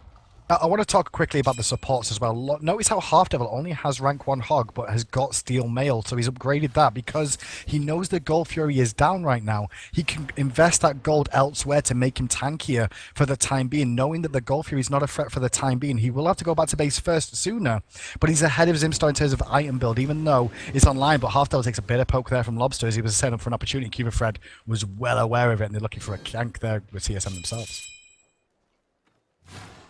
Very true. We're going to see Freya join the middle lane with Sio as Zimstar has joined Lobster in lane. Freya's going to go find something else to do. Hefdevil here lurking. Thor's in the air. Cubo Fred trying to decide if he wants to make it. Here he is. He's going to counter-initiate right behind SunTouch, immediately up into that Valk's discretion. Cubo's going to look for the kill. Doesn't get the double tap. SunTouch is playing Sun, we're back in! But Lobster comes down with the damage. Here comes Youngbei from the air, gets the kill. Half Devil's gonna die to They're on the ult. Game Hunter's gonna pick up NQ. He's going to pick up NQ, but now it's Youngbei versus the world as Zeus drops down as well. Game Hunter is just going to zone him out from that one. Gold Fury's not up yet. It's not even flashing. They can try and pressure middle lane. Mid Harpies are back up on either side. They can take those away for the time being. But for now, they're going to try and pressure middle tower with the 3-man rotation with Smek being there as well. On that Artemis, going to do some chunks to that tower in great form. Look at Game Hunter. Quite happy just to zone and tank up the tower shots if required. Yeah, they're going to be able to take this one out, no problem. There it goes. The first tower of the game at the 13.5-minute mark goes to Team SoloMid. Cloud9 are winning the kills race 8-4, but the other, and they're also winning everything else, to be fair. Goal difference is 3,700, experience is 6,400. Cloud9 HyperX is winning this game, but Team SoloMid with that push and fight are making a comeback. Well, Cloud9 have an opportunity here, though, because they're going to rotate straight for the Gold Fury, try and contest this one. Although Zimster's in the area, he's very low as Suntouch goes aggressive, lands the banish. Going to get one pulse off, but Cuba Fred's there to defend for now. But the zoning is real right now from Cloud9, and this should half double as well, full disengage. So that means that TSM come out on top, and not a lot comes out of this for Cloud9, although NQ trying to do work on this tower in the right lane. Got to find it. I think that's a good Thor ult right there. He didn't land on anybody, but they weren't necessarily looking for a fight right there. They were just looking to deter the enemy from taking the Gold Fury. He might have missed, but he showed up in the right spot, and that's fantastic. Yeah, especially with Zimstar being so low on that Sobek as well. I mean, Sobek couldn't really gone in there and survived the outburst of what's going to come from it. So it made perfect sense for him. Have a little look at what Zimstar's picked up as well. He's gone for the weakening, the creeping curse right now. He will be developing that further, more obviously as time goes on. But because near enough everyone on their team is auto attack focused as well. You've got Sayo, who's playing that Zeus, who's auto attacks, apply that detonating charge ability to the targets. That's going to allow him to slow down his auto attacks. Youngbei, obviously, NQ, and then Suntouch as well also relies a lot on auto attack. So picking up a creeping curse is a great call from TSM and Zimstar. Yeah, it's going to show up how well itemized they are at the moment. A blink coming out from Lobster. I'm curious if he's going to get offensive with the 45-second cooldown blink, or if he's going to use it defensively, since Hubwat traditionally doesn't have an escape with the exception of his ultimate, and go combat. I mean, it's a weird one because you can use it combat blink in the situations where you want to go aggressive even though you're in combat, but the trade-off on how long the cooldown is so long, so you got to get yourself out of combat. It's a tough call overall, honestly, but I guess with being with Wet Paper, maybe with the Wet Paper of being able to move around quite freely, he might just go for the standard greater blink. Teams looking towards the Gold Fury. Zimstar staying here just to deter the enemy from really doing anything. Ward goes down, and teams are looking to make something happen, but nobody's really sure where to go. Well, Game Hunter is trying to pressure solo lane right now because he's lost his tower. He's trying to get that tower back, and he can continue to put the pressure on. But meanwhile, Suntouch takes a lot of damage from the crushing wave from Lobster and has to use the Valkyrie to escape. Thor dunks down, not going to fight. The double tap does, but the beads make sure he doesn't get hit by the back end of it. Now Youngbei is going to catch out Cuba Friends. Lobster poking down Half Devil. Meanwhile, NQ is assaulting Smek in the back line, but Game Hunter is going to secure it with the mystical mail of all things. And now we're going to see Youngbei rotating, looking for Smek, not going to find him as Smek still lives. And Zeus is going to come down with the lightning storm to get some damage off, but he's low on mana. He's not got much left in the tank right now as the lightning chain bounces. 3 members for Cloud9 still exist, but only 2 are local. Suntouch is farming in the middle lane, and that's going to be a disengage. Curious to see that Red Team SoloMid did not go for the Gold Fury. I guess they were afraid that Half Devil would come in. I need to bring attention to the shielded teleport on NQ. Yeah, I saw that, and he actually used it in that team fight as well. I forgot to mention that I saw that one being used as well. Yep. Too much action, but he used the shielded teleport to come straight across. And this is one of the things in the message. You can see Lobster zoning out Half Devil from this fight quite happily to make sure his team can secure the goal here. This is a good call from TSM. But we saw this in the Chinese meta being used as well. And this could be something that we see TSM bring over from what they found in China, where they were over there as the war connects with Sayo, and Sayo's in trouble, uses the Aegis to delay. But for how long is the delay going to happen? Not long enough for his time zone as he gets dropped an NQ on the backside doing a little bit of damage. Sayo's going to drop, but Gold Fury goes to TSM.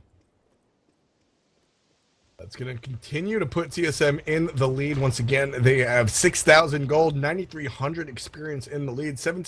About 18 minutes in, Team SoloMid is winning in every category possible, including kills, 11-4. Yep, everything's just in their favor right now, but it was in game one as well. And if Cloud9 can keep holding the towers and the structures, even if they do fall down a Gold Fury or two, they did that last game as well, their late game is very, very strong, as we keep discussing. It's going to come down to great positioning from TSM, or continue applying the pressure a little bit harder and try and get some of these more objectives like the towers out of the way.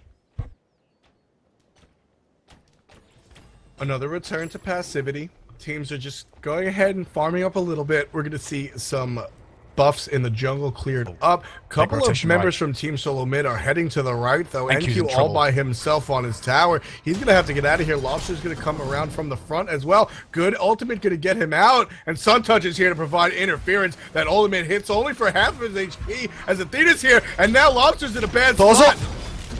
Thor's down, but we're going to see Lobster go down, and now Kiva Fred could be in trouble. He's going to try and find NQ with a double tap. Is he going to find it? No, he's not, because Youngbay jumps down from across the skies and saves NQ's life. Cloud9 make a rush for mid lane now to try and get an objective off the back of that. Meanwhile, on the left-hand side of the map, you can see Smek desperately wanting those minions to come, but look at the teleport from NQ left. Comes straight in, forcing him back. Mid lane's going to drop to Cloud9, but the reinforcements from TSM are here in terms of Game Hunter and Zimstar. It's just Game Hunter and Zimstar in comparison to 4 members of Cloud9 here in the middle lane. Zimstar is going to get killed in his ultimate. Sayo actually gets the last hit because Suntouch misses. But Game Hunter's here. Game Hunter and Smek have shown up. Here goes Half Devil down, down, down. They need a couple of more damage, and Game Hunter's not able to secure it. Game Hunter's going to be able to find Half Devil to go onto a rampage right about now. It's 14-7. They traded the middle tower for the right-hand side tower all in all, but Cloud9 showing signs of life yet again in this game, F-Dot, and it's about the same period of time when we saw this happen last time. You're 100% right, and here we see Team SoloMid aggressing onto the Fire Great Giant. Great call. Nobody for Cloud9 is anywhere near the situation. 3 members are still dead, not going to be up for the entirety of this fight. Fire Giant is going to go to TSM. Yep. Fire Giant's going to go to TSM. NQ going to split push with the help of Smek in that lane. Sorry, with Youngbay in that lane overall. But you're going to see that one drop down in terms of a Fire Giant. Definitely in favor of TSM. TSM not going to make the mistakes they did last game. They're actually taking as many objectives as they can now. And with that Fire Giant, expect to see them start sieging down even more. Only 1 tier tower remains left standing for Cloud9 right now in that left-hand lane. So see them all swing around there as Gold Fury will be up relatively soon after clearing out a couple of towers.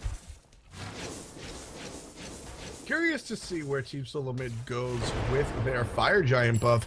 They're generally just farming right now. Mid camps are up. We're going to see Lobster actually opt to go to back camps. He wants the red, but it's not up right now. It's since been counter jungled. Yeah, I mean, the mid camps are up. I guess both teams don't realize they're up right now. They've lost the timings on them and thinking both other teams have taken them. So this happens now and again in mid games where you see the mid camps stay alive because people are like, oh, is that up? I didn't think it was up. Is it up? Yeah, it's up. Okay, cool, let's do it. And that's what you can see Lobster do right now as he rotates. They go, oh, bonus. So 4 members going to group left. Meanwhile, they're going to leave Game Hunter right because he can deal with NQ no problem right now. He's level 20. He's so tanky at this stage of the game as well with that mystical mail. Thor's up looking to dunk down. Gonna find onto Suntouch. Valkyrie used once again to disengage, but when he lands, he's in trouble. And keep an eye on that. Zimstar is trying to live for the most part. Lobster actually takes out Suntouch on that one, and now Youngbay's doing work though, and NQ's here as well. NQ with the teleport lets him get a double kill. Hugo Fred gonna go down to the hand of NQ. Game Hunter is gonna take him down, but right before Youngbay takes out Smek. 3 members of Cloud9 are still here, trying to chase down Game Hunter. Not gonna find him. Now, one thing I want to point out about Game Hunter, why is he here? Guess what he bought too? He saw what NQ bought and went, you gonna buy teleport? I'll buy teleport.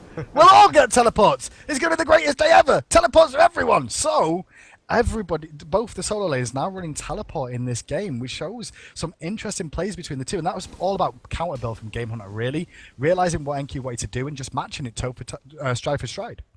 Exactly, and we need to make a huge deal about the fact that Cloud9 just defended a tower against Team SoloMid. 4-2 fight. with Team SoloMid with the Fire Giant. And now fantastic defense. Gotta get the Gold Fury as well, because no one's here to defend this one. This is a rinse repeat of last game. Are you serious? Because now Suntouch gets the banish onto Game Hunter. Game Hunter's got to pop the sprint and start running, using the protections from the rain dance. Going to throw the axe to the side. Probably due back if he needs to, but Sayo's covering the option. But Game Hunter's well away, back to Zimstar and freedom of home territory. We were talking earlier, despite the Team SoloMid was leading this game, we were talking earlier about how Cloud9's composition will flourish in the late game. Yep. We're not quite there yet, folks, but we almost are, and we're seeing glimpses of what's to come. Suntouch able to chip away at Game Hunter's HP. Game Hunter is 4 levels higher than him, folks. The amount of damage Suntouch is able to put out is incredible. Youngbei and the entire Cloud9 team is going to be nuts after this. But right now, Team SoloMid is trying to take down this left-hand lane. They should get this left lane. No one's going to be there to defend. They'll defend the tier 2, though. But keep an eye on those graphs, because you can see that there's been a slight increase in terms of experience and gold for Cloud9, and that's going to start slowly being chipped back again from Cloud9 if this continues on. NQ rotating away now after pushing in that right-hand lane. Going to rotate, see if he can find somebody in the jungle. Maybe someone like Lobster as he rotates mid to push that one in a little bit more. TSM well aware that they can't continue on that push on the left-hand side. Rotate back towards middle. Gold Fury is going to be down. Fire Giant's down for a considerable amount of time. Only Game Hunter left standing with that Fire Giant buff for the time being. Mid Harpies are back up in a second. Or two. Cloud9 on the defensive right now, not really being aggressive, and, you know, they're just trying They to... should do. They should be. Yeah, they're trying to... Right now they're down by about 4,500 gold. Yeah. They want to keep it 4,500 gold or less. They definitely don't want to give Team SoloMid anything that they can turn into, because when you're playing at this level of play, folks, you give a team an inch, they take a mile. Team SoloMid definitely knows how to do that, so Cloud9 making sure that they don't get out of position. But one thing to note as well, we said this all the way through the first 24 minutes of this game as well after, is that the longer this game goes on, the more online Cloud9's team members come to being ridiculous in terms of damage. So you'll see Suntouch slowly get there, and if Cloud9 can continue to stall and not lose too much, like they fought the Fire Giant team, they defended a tier 1 tower against a full Fire Giant team, and that's only going to get worse for TSM as Suntouch's damage starts to get bigger and stronger. Same for Youngbei, same for NQ, and then you've still got Zeus to deal with on top of all that. Yeah, Zeus's abilities should come into the forefront right about now. He's level 19, built second item, Rod of Tahuti, so that's going to basically amplify all items purchased past this point. Of course, Rod of Tahuti increases magical power by 25%, so any item he purchased past this point will actually just be more powerful than standard. Yeah, he's just gone for raw damage overall in his build. He's just looking for the absolute maximum he can get from the Lightning Storm and those Chain Lightning. So keep an eye to see how they land. And you can see a small rotation now from Game Hunter and NQ, both switching sides now, realizing the Fire Giant is where the point of contestation is. And now both Hunters have swung right to make sure they can be in the area earlier. And Game Hunter and NQ, with those teleports online, they're going to be able to teleport straight over if this fight breaks out. It's a good call from both the teams here. I do like that choice, and you know, you mentioned before how Game Hunter matched the teleport. NQ forced him into that. He did force him. You can't not buy teleport if your enemy solo lane does, because he's gonna out rotate you. So it forces him into that. He's not able to pick up a different active, and we take a look at Lobster. He has finished into combat blink, so it's not going to be the aggressive regular blink that we see normally. Well, one thing to note as well, have a look at Cloud9's team composition. They've got 3 members now with global skills. You've got the teleport available for NQ on that Loki. Apollo still has the across the sky, and then on top of that, you've also got Half Devil playing Athena, who can use that Olympus to jump onto one of those 2 people who are either out of position or to make a split push opportunity. But Cuba Fred could be caught out here. He's got to be careful. The banish is big! He's got to stop the hammer! He's got to have to go up into the air! They're trying to burst him down! He's very low! And he's going to dunk away and immediately disengage. That was an ultimate wasted at an opportune time for Cloud9. That's going to be a big deal. Sending Thor home right there will allow them to really spread out the floor and look for something else, because they know that Thor's going to be back, but his ultimate's going to be down, so they can count on where he is for the next minute or so, and they're not going to get surprised by a Thor anytime soon. Yep, Cuba Fred going for the Anseal build again that we saw earlier on, going for the Jotuns into the Hide of the Urchin, and once that's been picked up, gone for the Anseal as well. There's got some magical damage with Freya coming online very soon. Obviously, we've got this as well, but left-hand side, Youngbei might actually find out Game Hunter and NQ got kind of low as Game Hunter aggressed onto NQ there, but we're going to be a disengage from both sides for the time being, and Game Hunter is starting to do a lot of damage. I love that he picked up that Witchblade, though. What a great item choice. It is a great item choice right there. Witchblade, we talked about that. We talked about that a lot before, and Witchblade is really powerful for characters that do basic attack damage. It increases your attack speed and your movement speed, so it allows you to keep up with enemies.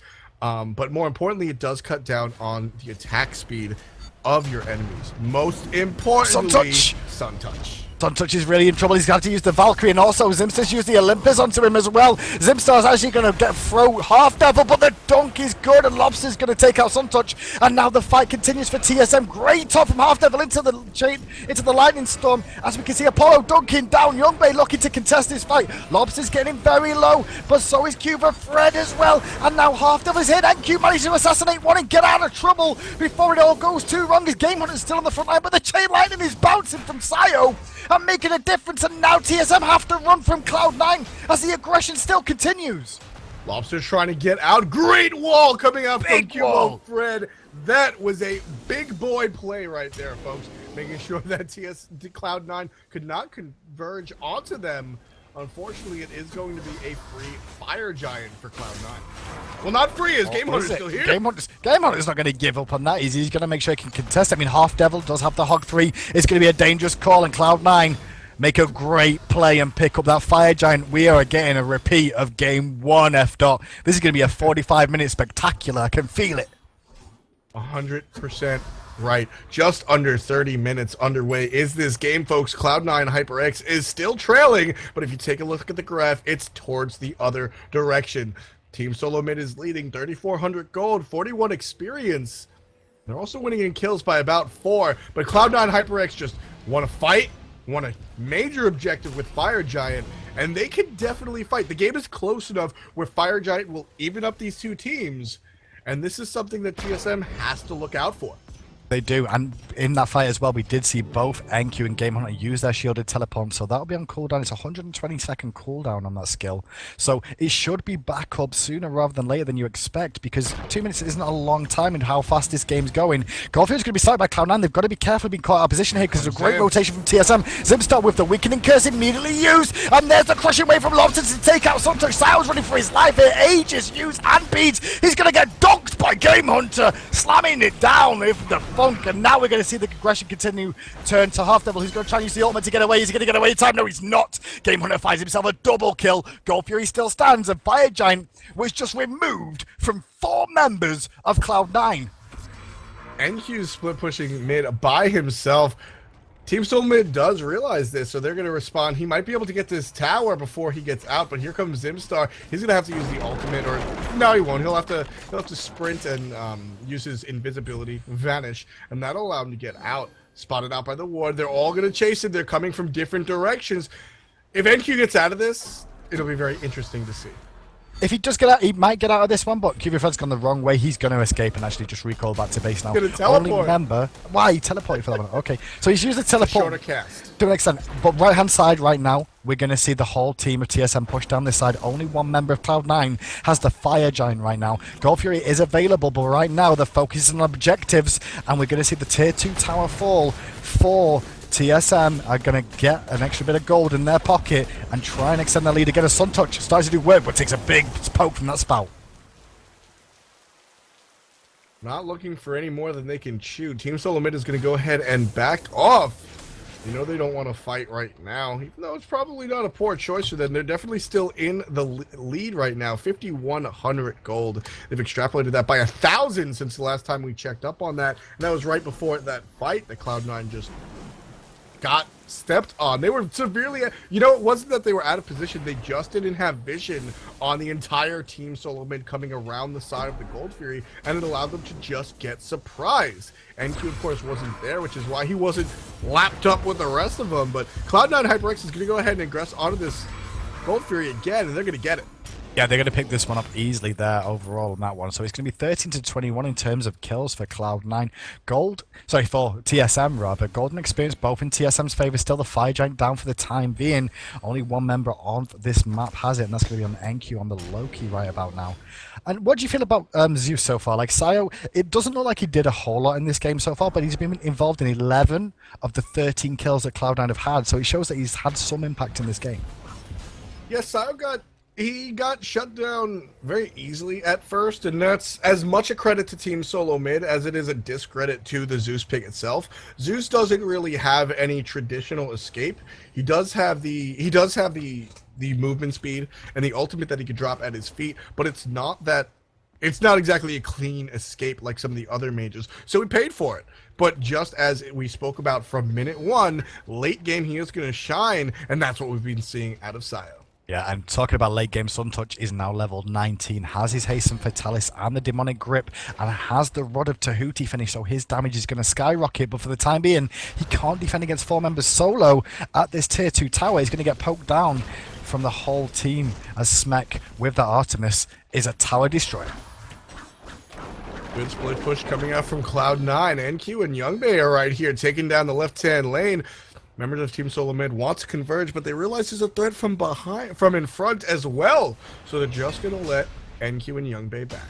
So 2 towers left standing on the map, 1 for each side, and when they drop, this map is completely wide open. We're at 35 minutes in. The respawns after dying are going to go up considerably, and that means that objectives, when there's no towers on the map, means that Phoenixes become more of an issue. So keep an eye on that, as well as the Fire Giant, and split pushing is going to be a big factor that Cloud9 can look to, abuse here, as NQ could get caught out of position as Game Hunters surrounding him. The ticks are going to show off where he actually is positioned right now. Zimster and Lobster disengaging there.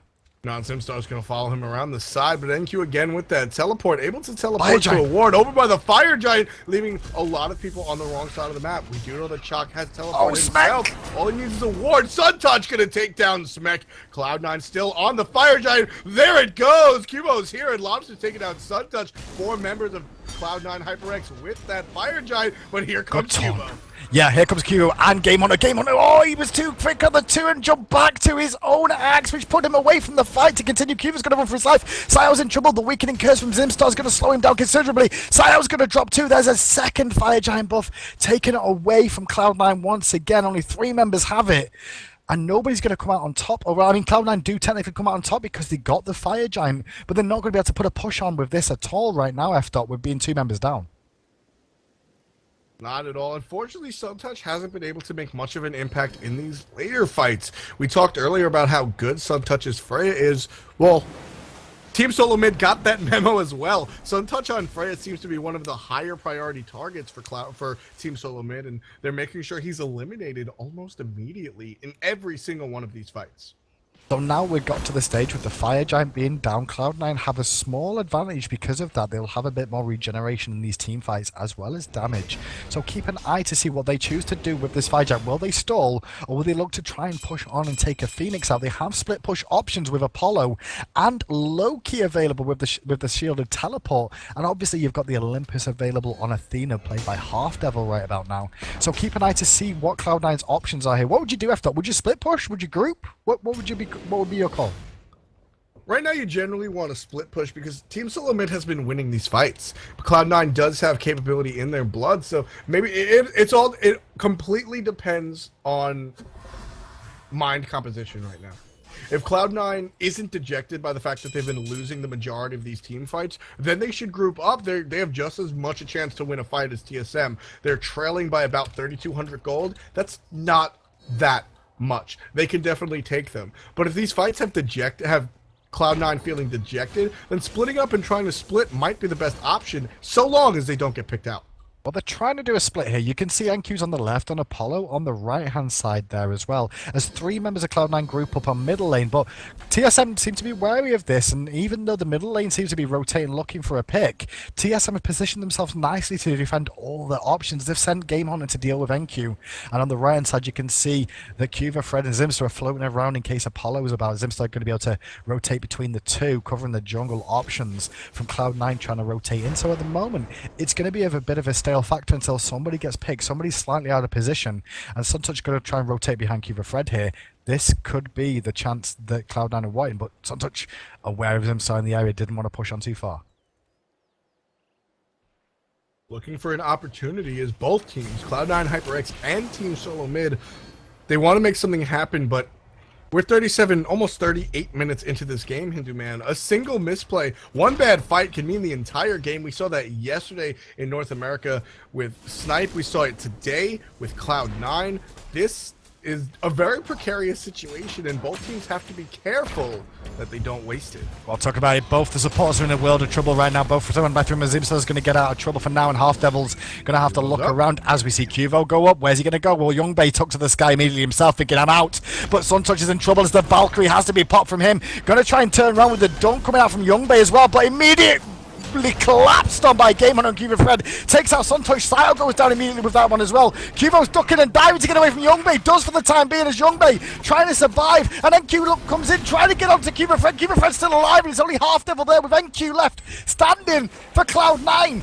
And Half Devil surrounded by 4 members of this team. Cuba Fred, I do not know how he survived. That was ridiculous. That was a replay of what we saw of Game Hunter behind the Gold Fury. Just a single team member extremely low, baiting and goading the enemy team into overstaying their welcome. That's what Cloud9 did. They focused on Suntouch, they got him out, and then they just wanted to kill Cubo, and they couldn't. And that allowed TSM to get a 5-for-4 trade. They're going to go ahead and take this Phoenix. I wouldn't be surprised if they go for the win right here, Hindu Man. With just NQ alive, he can't really defend this by himself, and that's exactly what they'll do. 13 seconds, sorry, 11 seconds to we see Suntouch up, and NQ's in middle lane dealing with Cuba Fred. They're pushing on for the victory. This is going to go to a game 3, boys and girls, of number 1 and number 2 seeded TSM and Cloud9 into a final game. TSM take game 2 with a very hard-fought victory.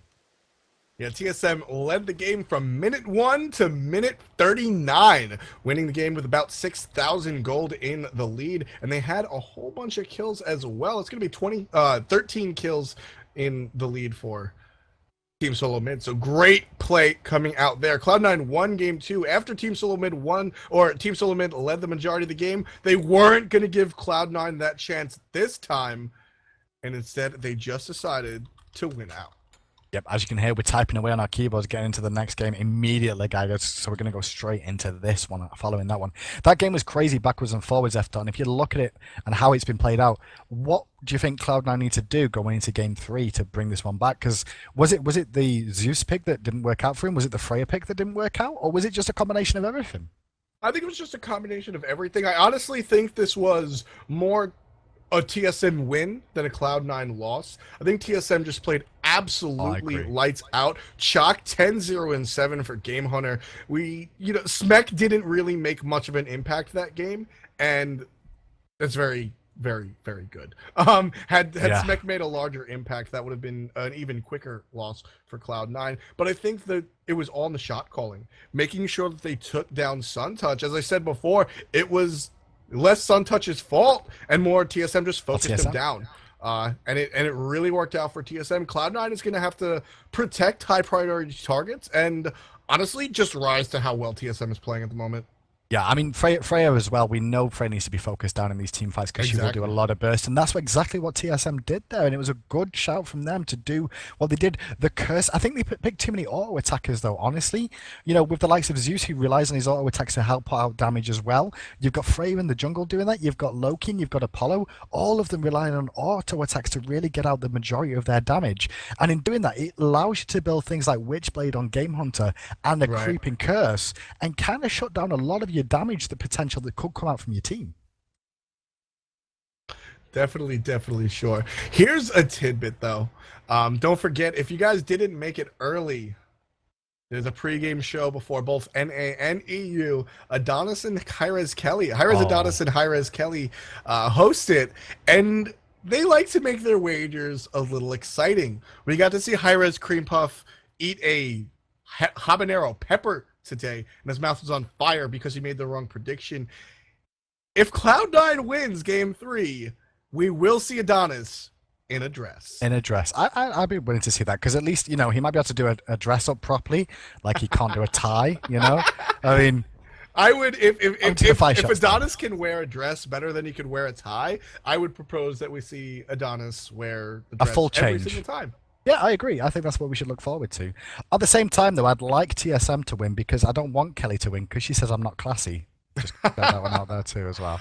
I just want to see Kelly. another great match. We've been Me too. We've really been blessed hand over foot this entire weekend. Oh, it's been fantastic. As I said, NA was exciting. Snipe, the underdog, was leading against Cognitive Gaming, the favorite, for 40 minutes, and then Cog came out and won the game, and Game 2 was a little quicker than that, but It was exciting to see Snipe come out from underneath. And right now, Game 1 was absolutely fantastic. TSM led the game for the majority of it, and then Cloud9 came and snuck away a victory. Game 2, TSM really didn't like it that much, so they just won out, leading from minute 1. Game 3, kind of all resets. Yeah, it's going to be set up nicely for this one. And one thing to shout about as well, F. This is week 9, and we still don't know who's going to LAN. That's how good the SWC is right now. No one has really... I mean, the top 2 teams have been decided, but 3rd and 4th are still technically up for grabs in most of the places. It's kind of crazy going into the next week. That's going to be hype. But for right now, the hype is real as we go into Game 3. TSM versus Cloud9. Habois, yet again, first pick. I like the Habois picks from Team SoloMid. They understand that that's the character they want. They want to play that god, and they're going to bring it. But Loki is up right now, and once again we're going to see NQ. Look, they can't give that one. I think that's a big deal here about the Loki being through picks and bans. You can't give it to Game Hunter. He is in love with that god, literally in love with it. So you have to take it away, and that means you have to set your team around the Loki pick. And in doing so, they're going to show immediately he's not going jungle. He's going to be in a lane because they picked Thor in the jungle this time for Suntouch. Yeah, they want to make sure Suntouch gets the god that he wants while still... So Suntouch's Freya is going to get eliminated because it's good. That might be backwards logic, but you got to think about it. Suntouch's Freya is probably one of his best characters, Hindu Man, and TSM knows that. So they're going to take it down. Thor wasn't focused as much, and even if he does get focused, he has both an ultimate and a hammer to escape from that situation. So if TSM wants to focus the jungler again, it's not going to be as easy. Artemis, on the other hand, easy to focus. Yeah, I mean, one thing to shout out as well, Zimstar last game was forced onto a Guardian we've not seen him on recently, on Sobek. And this game, we're going to see him back on the Athena that he's played for most of the tournament this week, replacing Trix Tank for the time being in a substitution role. But he played that Sobek really well, considering they banned away Geb, Kumbhakana was banned away, and they stole Athena away from him. Considering he went down the list of Guardians picking up Sobek, he had a great game. Definitely did have a great game. We're going to see counter ban coming out from Cloud9. They're not going to let Game Hunter play Vamana. That's a good choice. But I think what you just brought up, and Geb is going to be banned for Cloud9, I think what you just brought up was a huge point. Zimstar died a lot early with that Sobek pick. We mentioned it in the pick ban phase. When you miss Charge Prey on Sobek, you miss hard. All of a sudden, you're behind enemy territory. It's sort of like crushing wave, which we've honestly seen a lot of Habois today kill themselves. And because of the positioning, it works the same way. And Zimstar died a lot early. With Athena, it's a little different, and he played very well. So we'll see how well he does right there. Well, Cloud9 have just thrown a spanner in the works because we might see support Hercules this game now, especially with that one being locked in for Cloud9 here. It's more than likely going to be, because obviously Solo is going to be Loki. You're going to see Thor in the jungle. Suntouch is going to be playing that, but more than likely, we're going to see Half Devil bringing out the support Hercules in this game 3. And I'm excited to see it because Hercules is very good in the support role, and people are starting to notice it after. I'm excited to see it. I've been preaching about support Hercules for a very, very long time now with the recent changes, even more so. But it's very curious as we see Chalk and Freya locked in for TSM. It's very curious because Half Devil, the popular opinion with Half Devil was that he was a one-god wonder. One-trick pony, yep. All he could really play was Sun Wukong. After the Sun Wukong nerf and we saw more Guardians play, he had to adjust, and he's adjusted very well. We don't have a most improved player. There would honestly be a lot of votes for that, but Half Devil would be in the running. He's become a lot different player than he used to be. And Hercules, I can't wait to see what Half Devil can do with that character. So we're going to see Ao Kwong picked up last for Cloud9 there, so Sai going to be playing that one in the middle lane. And the one thing to know about Half Devil as well on this Hercules, it's all about landing the Earthbreaker. If you can land those in clutch situations, make sure they connect, you can really disrupt a team's organization of where they want to be in a team fight and put them in a whole world of hurt, especially when you've got the likes of Thor, Loki, and Artemis on your side. Exactly. It's going to be very interesting. Sai's going to reprise his role as the dragon. Interesting. He did very well. He did so well that they had to ban it last time around. So he gets the choice this time as they ban Geb for Cloud9, and Half Devil goes Hercules. So all in all, this is a very interesting lineup for Cloud9. TSM has a more standard lineup. Cubo's going to play the Freya in the jungle. Zim's going to play support Athena, supporting his Smec. Mid, Habwa. Game Hunter's going to reprise his role on Chalk, which just went absolutely insane. So this should be a good matchup.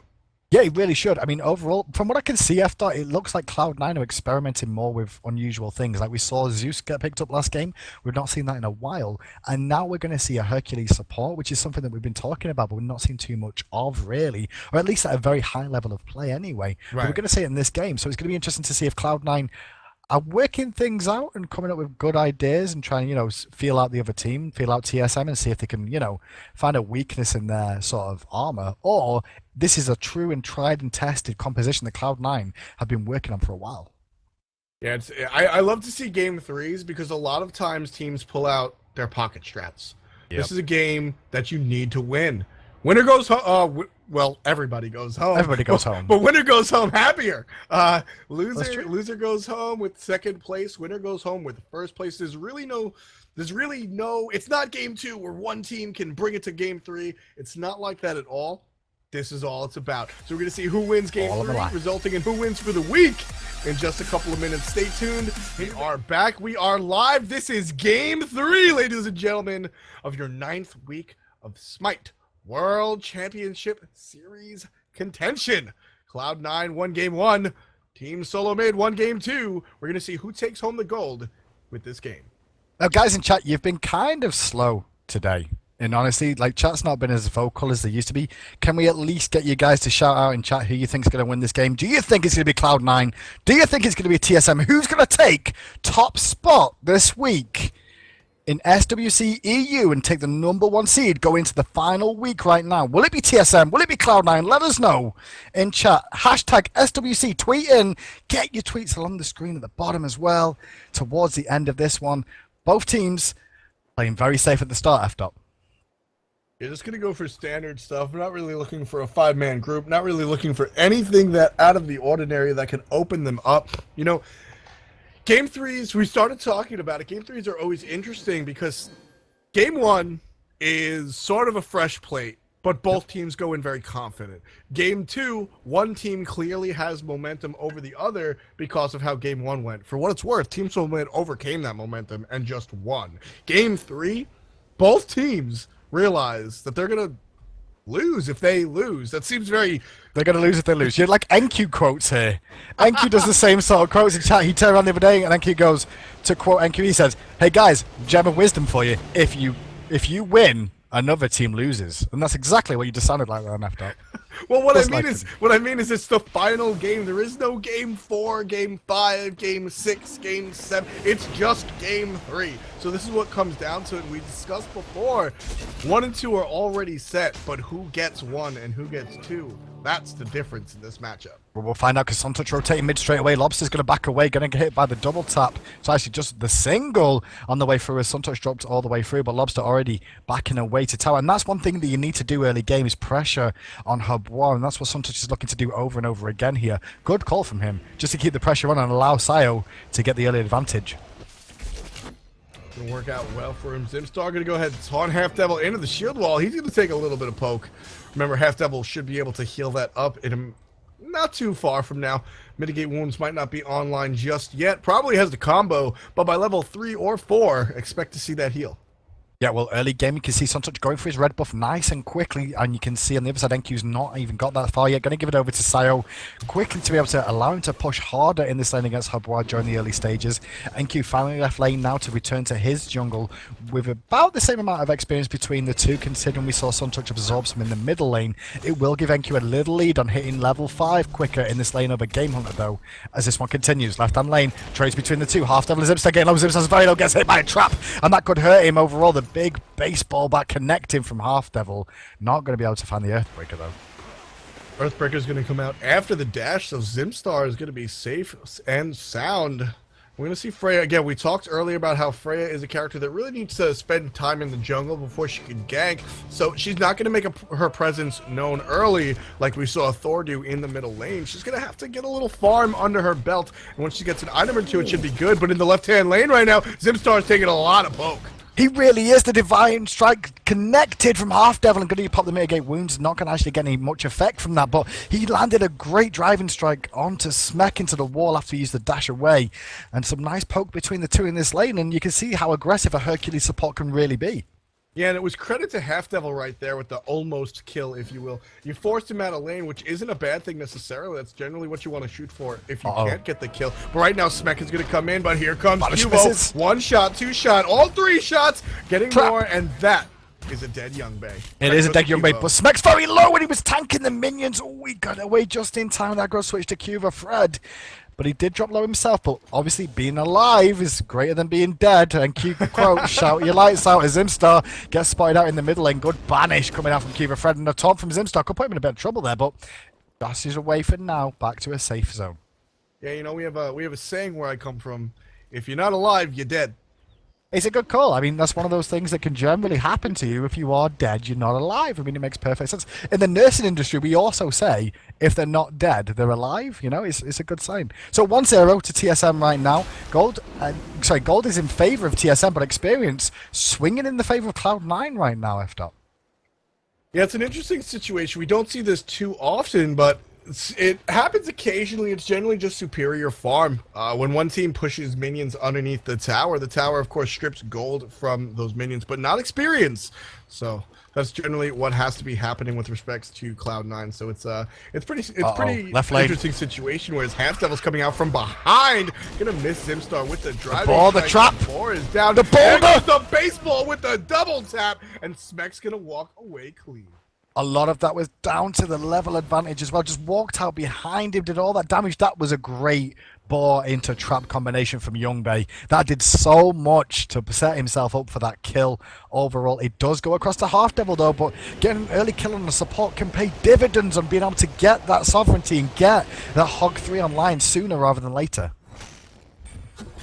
Very, very true. You know, one of the interesting things that really stuck out to me right there is how well Half Devil he got the perfect angle to hit him, make sure it bounces off the wall, get it. Another thing that shined out to me for Half Devil before, when Zimstar almost died, Half Devil set the perfect screen. He stunned him, ran around, set the screen just so Zimstar couldn't walk because he can't walk through the player. Half Devil, we said, balls up.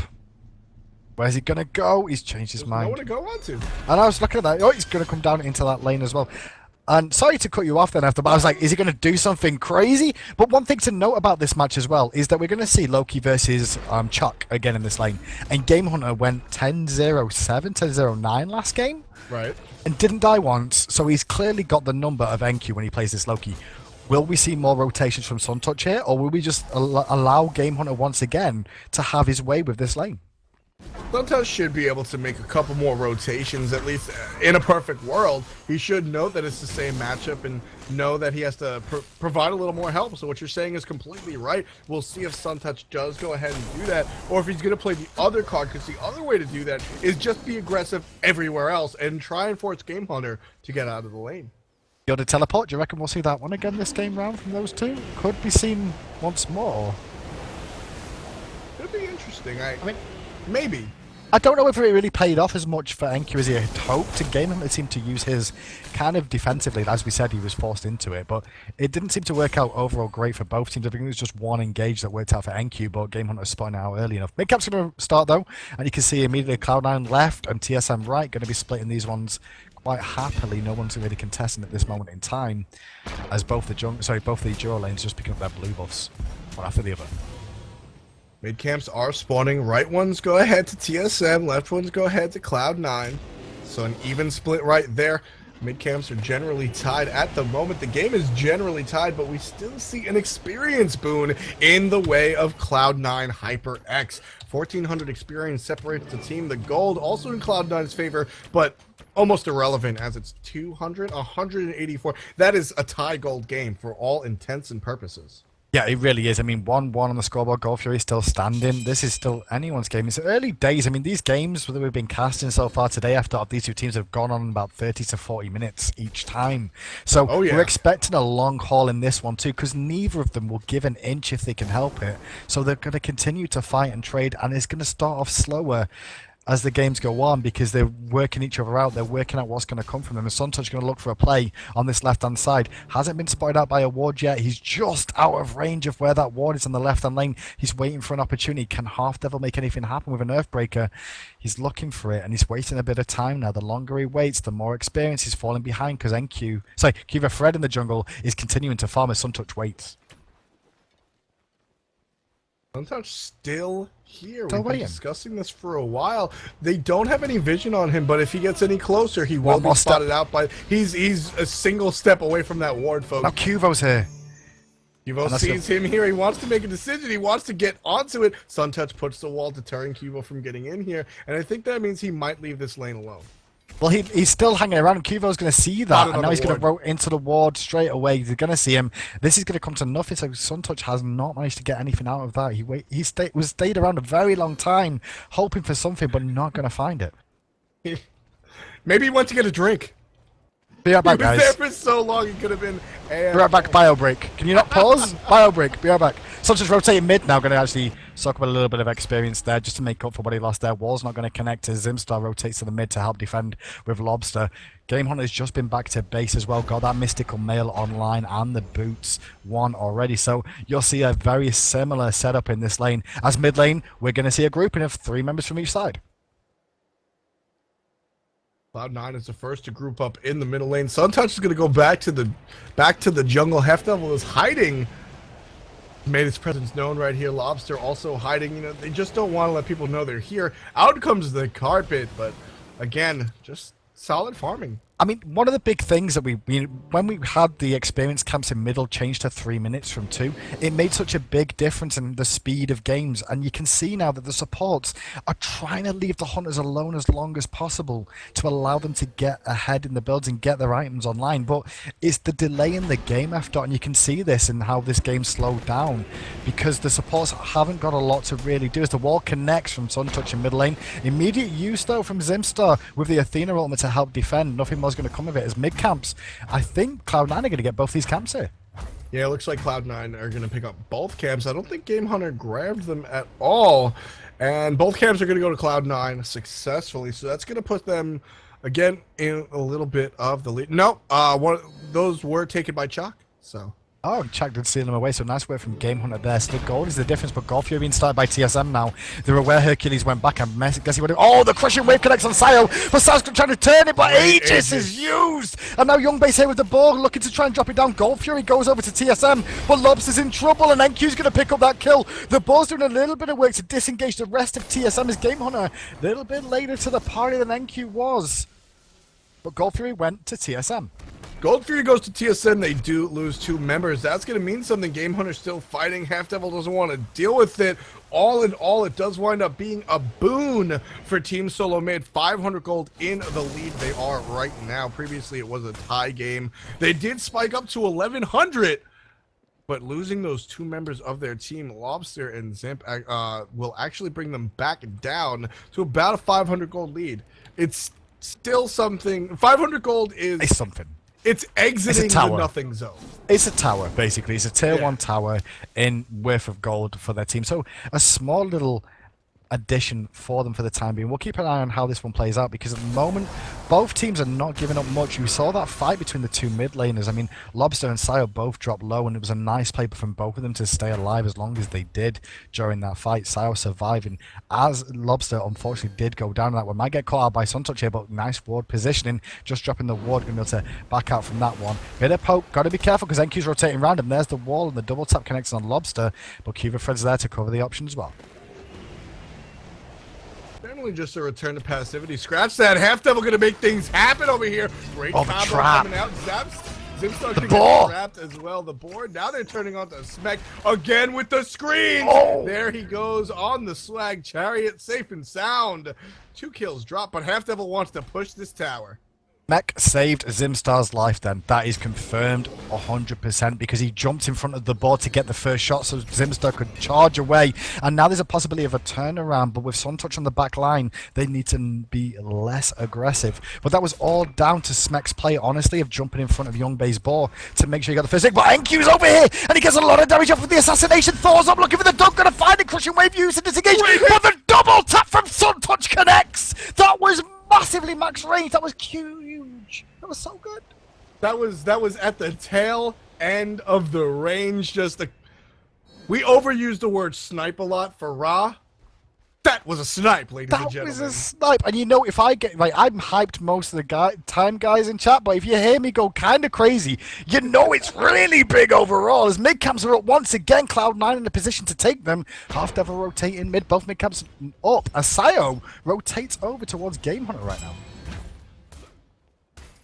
They're looking for something to happen over here. Cubo is going to stick on the tower, not able to contest these mid Harpies at all. Both again are going to go to Cloud9 this time with no shock interference. Now, what we didn't mention as well was the shielded teleport is once again being used by NQ, and that's why he got involved in that fight so well. So he's gone for the same sort of build that he did last time round. And this time, it seems like the shielded teleport has paid a bit more dividend because he's got it online quicker than what Game Hunter has. I expect Game Hunter to probably go for the same item again and, you know, follow suit. Most likely. Again, when one person has teleport, you really, and he already has. He just picked up level 2 teleport. There you go. It's not surprising. He's already in the lane. NQ's tower a lot lower than Game Hunter's. Almost dead. With him leaving the lane, it did leave him some free time for that. And now NQ's got to watch his position in here because Cuba Fred in the area, they're going to try and hunt him down. In the meantime, now mid lane, Lobster's in a whole world of pain, and Suntouch is going aggressive again. Zimster's there, though, with the turnaround damage is insane. Lobster survives, Suntouch goes down, couldn't get to the air. NQ in middle, though, trying to do something on Game Hunter. As Game Hunter's looking to progress into Sayo. Sayo back in tower range, using the wiggle, but look who's dunking down. It's Smek. Smek trying to clean up, but he's not going to find anything other than the blood of his own self. And now Cuba's in trouble with the Earthbreaker going in. Will he be able to find the Divine Strike? No, he won't, as the boulder comes out. And a disengage from both members. The fights are starting to pick up. Teleport used by NQ. Sorry, Sayo's got teleport. What? 2 teleports on the side of Cloud9. They just want to be omnipresent. They don't want to leave. That was an incredible fight. We saw Smek come down to his demise. Really nothing to happen right here. And now they're turning it around. Cloud9 wants to make something happen. But with no minions to their name, they just can't force it. On a god like Ao Kwon, that is a big shout out to how Sayo feels he can play this god inside and out, because you really want to have those defensive actives most of the time, F-Dot, to make sure that you don't get yourself caught out of a position. So he's going to have to position himself perfectly, going for something like shielded teleport. However, it will help him out with his team to be able to rotate and defend towers and get himself to these fights quicker. It's just a really interesting call. Are we starting to see a teleport meta develop here? We'll judge that as the weeks go on. Thank you, teleporting in. By game. Oh. Right now, we're going to see a mist swoop come out. Cubo Fred taking a lot of damage, enough to eliminate him. Young Bay with the ring of arrows coming down. Sun touches in the air, looking to make something happen. But he's generally just being a satellite, making sure the team SoloMid is vacating the premises so that his team can take a free gold free. That's going to give us the first meaningful lead of the game. Cloud9 at 15.5 minutes. Explodes to 2,000 gold in the lead, and experience still staying steady at 7,000. Quick question for you, F-Dot, because I think I just saw something, but I want to confirm before I just say, if you use shielded teleport, does the ward become visible? Yes. Okay, because what happened, Lobster was right next to a ward where Enki was teleporting in, and he killed the ward before Enki could get through. It was amazing, but it still didn't mean that his team survived. He still lost the goal fury for it. But that was really cool to see that the instant reaction from Lobster, like, get rid of it quick, it's Enki, he's coming! Ah! Immediately takes out the ward to make sure you can't jump to it. But Teleport's starting to pay a bit of this so far, and now we're going to see Cloud9 6-2 at the moment. 16 and a half minutes into the game, folks. Teams are returning after that bout of violence. Good objective by Cloud9 right now, leading the game as we just mentioned. Teams are going to return to a laning normalcy phase almost, but right now, Youngbay is going to aggress on a... Looks like Zimstar is DC'd. I'm not sure. No, they're just talking. Hanging out. They're having a conversation. A level 11 Athena in the last game of a best of 3, and Youngbay Artemis are going to have a conversation about what skirt to wear to a battlefield of the gods right now, and not aggress on each other. But Smack's back in lane.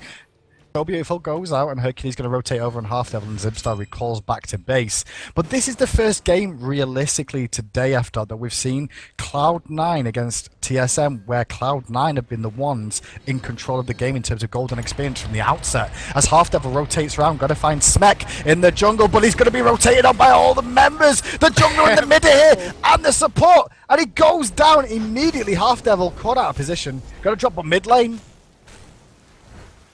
Half Devil just eliminated, completely gone.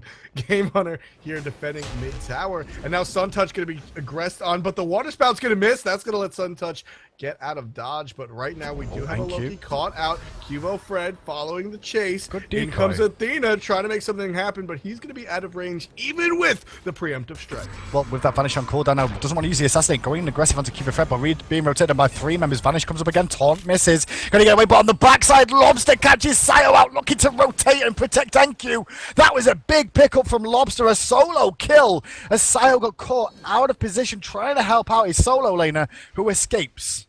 And now right-hand side tower can be actually not aggressed on, because you're going to see Game Hunter continue to push on this right-hand side. Now that NQ tried to steal away the red buff but chose to recall. Suntouch back in the middle lane, trying to clear out some minions, does succeed, and he's just going to hang out again. Both these teams want to make something happen, but they have to look for it first. Saya was just eliminated haphazardly in the jungle, and he's not up for another 10 seconds. Yep, mid camp's due to spawn soon though, so keep an eye on them to see which way they go, because experience right now is nearly 6,000 in favour of Cloud9. If they take those two, it will push it over that barrier, and he's starting to pay an effect. You can see the difference between Half Devil and Zimstar right now, just in terms of experience. There's a 2-level differential, and look at Youngbay to Smek, there's a 2-level differential there as well. So this is going to start paying a big influence. If Cloud9 can see and notice how much of an experience lead they have, if they can look for fights right now, they've got an advantage just based off levels. They definitely do, and right now they want to continue pushing that advantage. As you mentioned, they have an advantage in levels. Just look at the number, 6,200 experience in the way of Cloud9 right now. Just farming superiorly.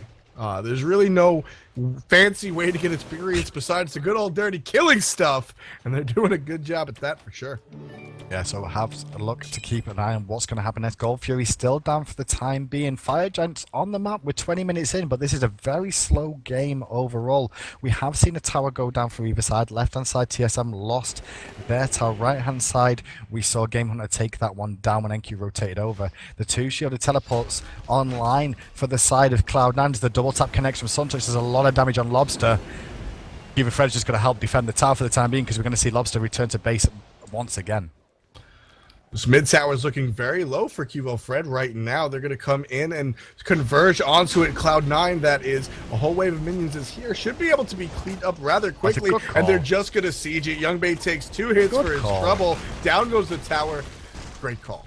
Yeah, I mean, the left-hand tower's down, so the duo lane doesn't need to be there. It's not under pressure. Game Hunter's tower is healthy enough for him to rotate over, so they're aware of that. And now they're looking for a gank on the left side. As he goes up, Suntouch comes down onto Smek, who's trying to get away. The tornado's ticking, but he's not going to be able to find the kill for the time being. And now the teleport in from NQ was very late, but the Gold Fury spawns again, and that teleport means that the whole 5 members of TSM are here looking for the fight at the Gold Fury. Jockeying for position. They do have the wall out, so it prevented TSM for a minute or two. Half Devil's going to go in for a flip, but he misses it completely as TSM continued their march forward. Smek's in the air looking for somewhere to land on. He's going to come. He's going to find somebody in the front line, the back line, just land safely. Just want to provide himself a little bit of sun touch. He's going to die right after Lobster gets his kill.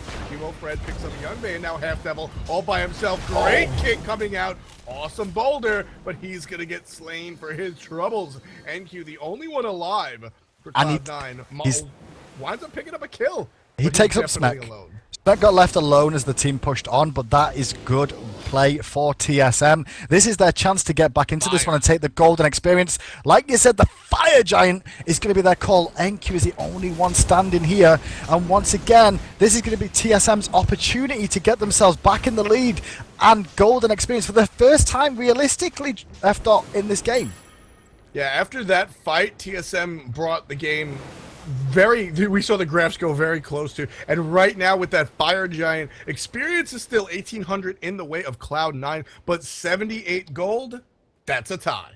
That's a tie, but Fire Giant on 4 members of their team. Did we see Apollo get it? No, he did not. So 4 members, only Smek without it. The only casualty of war for the Fire Giant is definitely worthwhile. We're going to see Apollo split push the left-hand side. Expect to see the whole team of TSM now try and group up and take down some of these objectives, get some extra gold in the bank and start to extend a lead in their favor. Middle camp's available, Gold Fury still on the table, and with a Fire Giant, I think Cloud9 need to just give it up.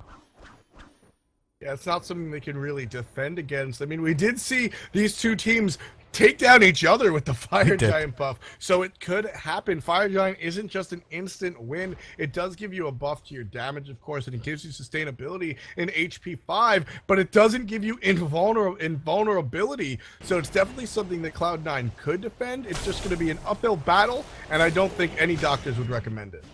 Well, we'll see. see this what fake. See this fake out They're trying to bait them in, yeah. They're just auto-attacking around. Now, what that does, guys, if there's a ward in the area, they'll be able to see what's going on and think, oh, they started it, we need to get in there, and bait them into a fight they don't want. But now that the whole team's here, NQ's still off on the right-hand side trying to take down that tier 1 tower. They're going to have to give this one up, really, unless a big play comes out, and there's a big spout coming out from Lobster. Here's a Spirit Tempest going to connect and hit some members. Cuvo got dropped below half health, but they'll be quite happy with the fact they got a Gold Fury for that, for the tier 1 tower in the right-hand lane, which they've already taken earlier in this game. Meanwhile, we're going to see a fight from Half Devil getting caught out a little bit, trying to stop people backing. He's very aggressive, but he is Hercules.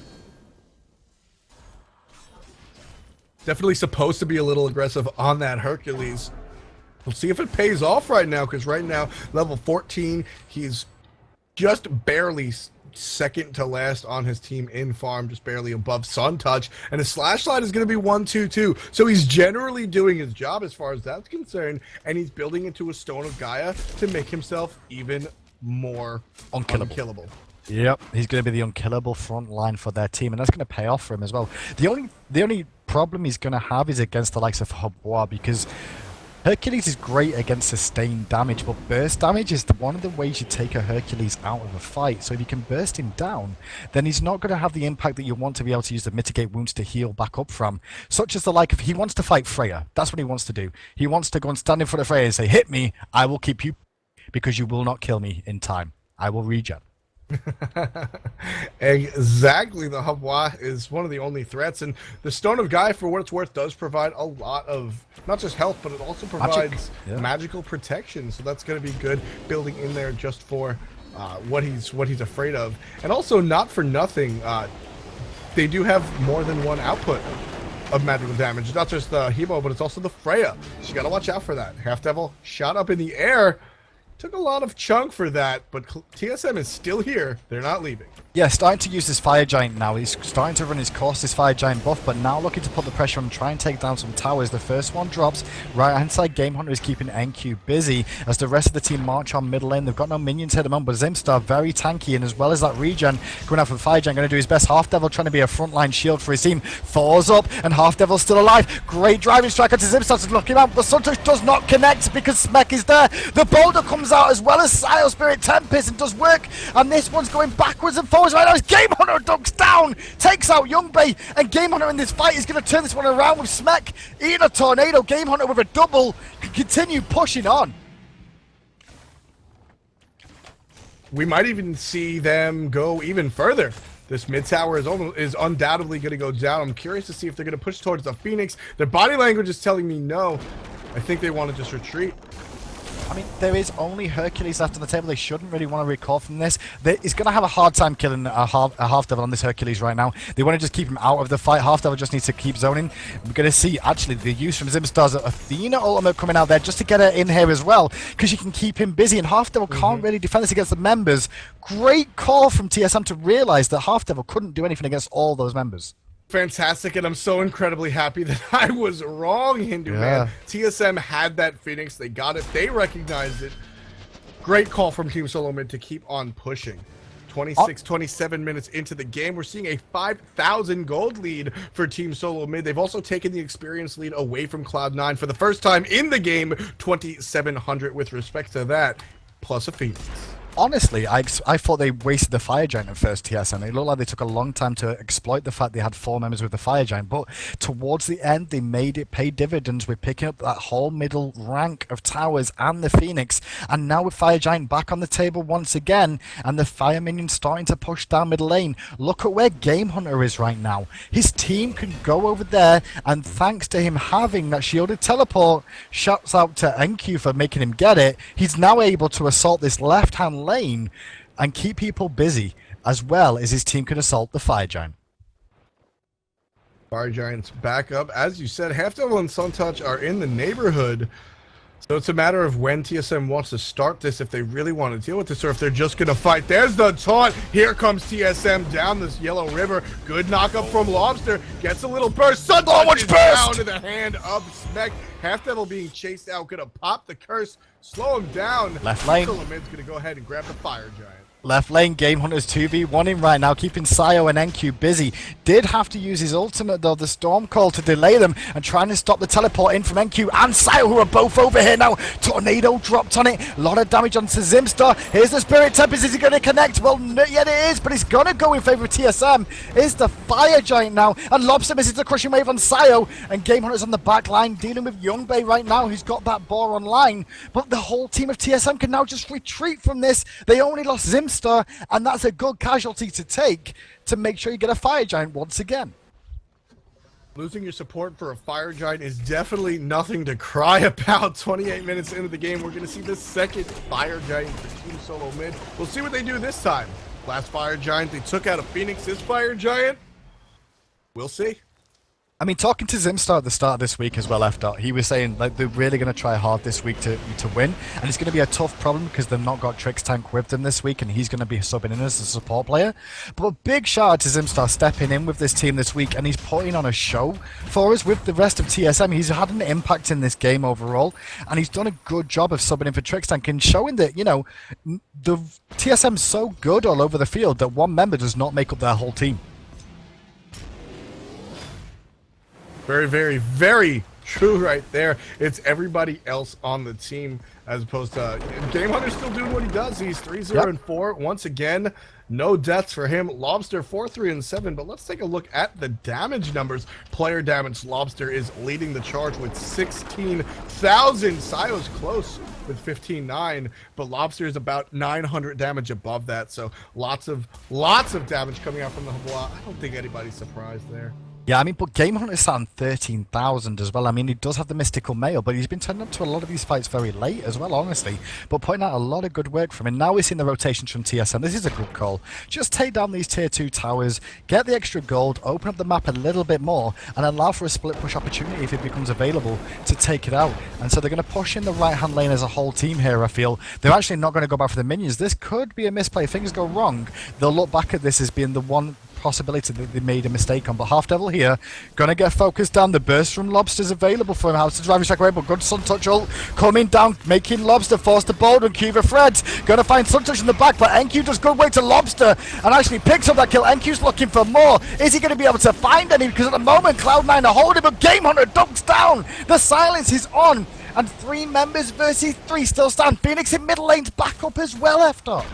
That heal from the Fire Giant is going to be integral in this fight. Cloud9 did manage to hold the Phoenix in this respect. They took down 2 members of the enemy team, but lost 2 themselves. This middle Phoenix has respawned. It's half HP and half power. Looks like Team SoloMid wants to change their direction and look towards that one. Smek does get hit by that tornado. That's going to be a big chunk of his HP. Yeah, it is. He's got to be careful with himself how far forward he goes. The banish was important there onto Half Devil. Game Hunter sliding around the side there. And like I said, not pushing that minion wave in F dot, that could come back to haunt him a little bit, because now the Phoenix in mid lane has respawned. They just lost a member who had the Fire Giant. I mean, the support Zimstar did not have it anyway, but they lost a member with the Fire Giant, and they're not going to be able to exploit the Fire Giant like they'd like to. And with that Phoenix back up in mid lane, it's going to start regenerating slowly. Definitely is. We talked about that earlier. Fire Giant provides a HP 5 buff as well, which is why you see Smek full HP. I mean, he also has Devourer's gloves, so there's that, but it helped. So for the time being, you're going to see TSM have to go back and lick their wounds, so to speak, wait to group up, buy a few more items. The Fire Giant buff is going to be running out soon. However, they might be able to exploit it a little bit more. They need to push in one of these lanes, or at least try and find a pick to try and keep the pressure on and take this Phoenix down, probably mid lane once again, now that it is weakened. Looking to make a play right here is Freya going towards the Loki, sees as a Hercules, immediately turns around. Fire Giant has just fallen off the 3 members that it remained on, but that doesn't bother. Zimstar dashing in to get the enemy, goes ahead, gets a good taunt. Half Devil still alive! Half life. Game Hunter's going to go ahead and chase him down, scratch that, turn around onto NQ. Great Nowhere ages. for him to go. And we see Apollo circling in the air. Apollo circling, going to find Sayo, gets it so beautiful off, not going to find any more damage, but 2 hits onto Sun Touch. Going to force them back on the right-hand side, though. You can see the aggression still out. Half Devil almost back to full health, using that mitigate wounds well, because he survived the burst. But Sun Touch lazy backed, got caught out by Smek and Lobster. There's a pickup, and now they can try and put the pressure on mid lane. Sayo did go back at the same time. They were called together in safety. Sun Touch was the casualty of war, and now Game Hunter going to lead the charge for his team. Eat a Squall, the Tornado going to zone them out for the time being. But Smek gonna try and auto-attack in. The Fire Giant debuff buff has gone. But here's a Spirit Tempest across the back, and it only hit Game Hunter. Not that much. Zimstar's taking a lot of damage here if he drops down. He needs to survive for now because the Fire Giant and Half Devil still standing on the front line. Lobster caught out. He's definitely out of position. Great blink around the corner. That's going to get him into a safe position. Great vanish on Half Devil is going to allow Team SoloMid to get out of here. But here's NQ. Eliminates Lobster. Trades his life, but takes down Lobster. But Game Hunter, sorry, Half Devil wants to continue, but Zimster's back in this one, using the Olympus to join back in. Game Hunter's on the front line, chopping down the tree, or rather the noodle, into Sushi. Even though he's not a fish, he's a noodle. And now you're going to see Half Devil have to fight 4 members of his Youngbei rotating. Thor's in the sky, dunking down on all the members. The spin to win from Sun Touch comes out. The double tap on Cuba Fred. Is it enough to take him out? No, Cuba Fred still stands, and now Sun Touch has to run away. Game Hunter dunks again, chasing onto Sun Touch, trying to chop him down. Finds the kill. Zimstar going to chase onto Youngbei, and with that Witch's Blade, Youngbei's attacks are slowed again, but Fire Giant's up, Gold Fury's up, 2 members of TSM are dead, 4 members of Cloud9 are dead. We're going to have a bit of a stall for a few seconds, and everyone goes, what just happened? Cloud9 looked like they won that fight, and Game Hunter turned it around almost single-handedly. Lobster and Smek were Lobster was taken out immediately by Cuba, by Loki, played by NQ. They turned around, they took out Smek somewhere in the midst of that, and what looked like to be a great play, they forced Cubo out of it. Game Hunter turned on everyone. Are they going to stall, though, for the Fire Giant to give it Apollo? That is the question. No, they're not. They could have waited the extra second. It would have been risky, but chose not to. Taunt, banish at the same time. Beads were used. Sio's dead. Spirit Tempest goes off, but Valkyrie is used. And the whole team of TSM stays standing. Sio's dead now for 59 seconds. NQ rotating around the back, has the Medjais online, so can avoid one taunt, one anything out of the team. But Game Hunter's behind him as well now. And here comes Smek. He's going to dunk down, and NQ's going to run for his life right now as the Fire Giant team of TSM look to push on. NQ's in trouble. The decoy's going to buy him time. The axe is going to connect again. Vanishes up one more time. And now TSM grouping up. Gonna start looking to end this game out if they can. Team SoloMid grouping up towards the middle lane. Freya a little far behind. He's going to come up and join them in just a couple of seconds. Cuvo, here he is. And this will be the 5-man fire siege that we know so well, folks. They're going to push in middle lane. Half Devil wants to stop them. He needs to stop them. This is the entire game all in one fight. Out comes the Caledonian board from Artemis. Great blow. And there goes NQ out the back line. He's no longer in this fight. Suntouch gets Cuvo Fred. He does, but now the Phoenix is down and Suntouch is in trouble. Half Devil still alive, uses the wall jump from Suntouch. Cloud9 lose the middle Phoenix. The team are rotating around. TSM could be buying off more. They can chew because Sio's here. Squall hits too. Tornado's also going to hit onto Zimstar. And now Half Devil's back in the fight again. Driving Strike now going to connect on Smek because of the great ages from him. Is he going to have to disengage? But a wall comes out once again from Suntouch. He's spinning to win. Spirit Tempest over the top. Connects with 2. Game Hunters dropping low. Zimstar's running. We're going to see this game continue. TSM did buy much off more than they could choose. The Earthbreaker connects from Half Devil, and now Game Hunter is going to bravely run away as fast as his little legs can carry him. Beautiful deke by Game Hunter, teleporting back to his axe, which is a half a football field away. He's going to get hit by some minions. He is low, but he does have that rain dance. Don't forget, Sal's going to cut him off. Keeping him busy, though, so they can't get objectives. This is what he's doing. Even if he dies here, it's okay. He's very tanky. He's trying to delay in the most part, and delaying is a great tactic from Game Hunter that he's using. His team's dead for another 25 seconds in the most part. He may die overall, but it's going to allow 4 members of his team to be back online, F-Dot. And look at him. He's just juking around for the most part. He might even... No, he's not going to get a kill. I was like, he's dropping Suntouch low there. I was like, no, surely not again. Not 2 weeks in a row. You're 100% right, though. It stops him from getting Gold Fury. Gold Fury is close to irrelevant. It's irrelevant for Team SoloMid as every single member, with the exception of Zimstar, is full build, full body. Cloud9 HyperX does need a little more gold. They need, everybody on their team needs 1 more item, and that'll be the difference right there. So it did prevent them from going for what would have been a free Gold Tree by chasing Chalk around. As you said, good attention to that, and good play, Game Hunter. Really well played by Game Hunter in the end. He did get quite out of position, but stalling is part of the game sometimes. 22-18 right now. Middle Phoenix is down. Fire Giant still available in a couple of members of TSM, but not many overall. And you can see the Fire Giant's going to be on Zimstar right now. But one shout out that we've not really mentioned right now is how well Hercules is being played by Half Devil. He's been a big impact because they're trying to burst him down F-Dot, and it's not working out for TSM. Half Devil keeps surviving and forcing fights that are allowing his team to stay in it. And Cloud9 are very well known for their defense of Phoenixes. 100%. That's what we were talking about earlier in the pregame, how well Half Devil's going to be able to play on the Hercules. And as I said, I was pleasantly surprised with how well it's been. It's an exciting god to watch play. The Earthbreaker into Driving Strike combination is so exciting. We got to see Earthbreaker Driving Strike trap when the laning phase was still going on. I really like the play coming out from Half Devil today. Yeah, he's worked really hard with this one as well, and it shows in the play what he's done for his team. It may not look like he's had a big impact, but if you notice every single one of these fights that we've seen, he's been on the front line like, what up TSM? I'm in your face. You're going to have to kill me first if you want to get to my tower. And they've tried to. And every time, well, most of the time, he's actually lived these fights. And causation, but Sile caught out. The taunt's going to land. A lot of damage. Spirit Tempest is not going to kill it with anyone. And Zimstar, of all people, picking up that kill for himself. And now it's a 4v5 once again. And once again, we're going to have to see Cloud9 defend. Small little pickups every time from TSM catching people out of position, F-Dot, and it's starting to, you know, slowly wear down Cloud9, I feel.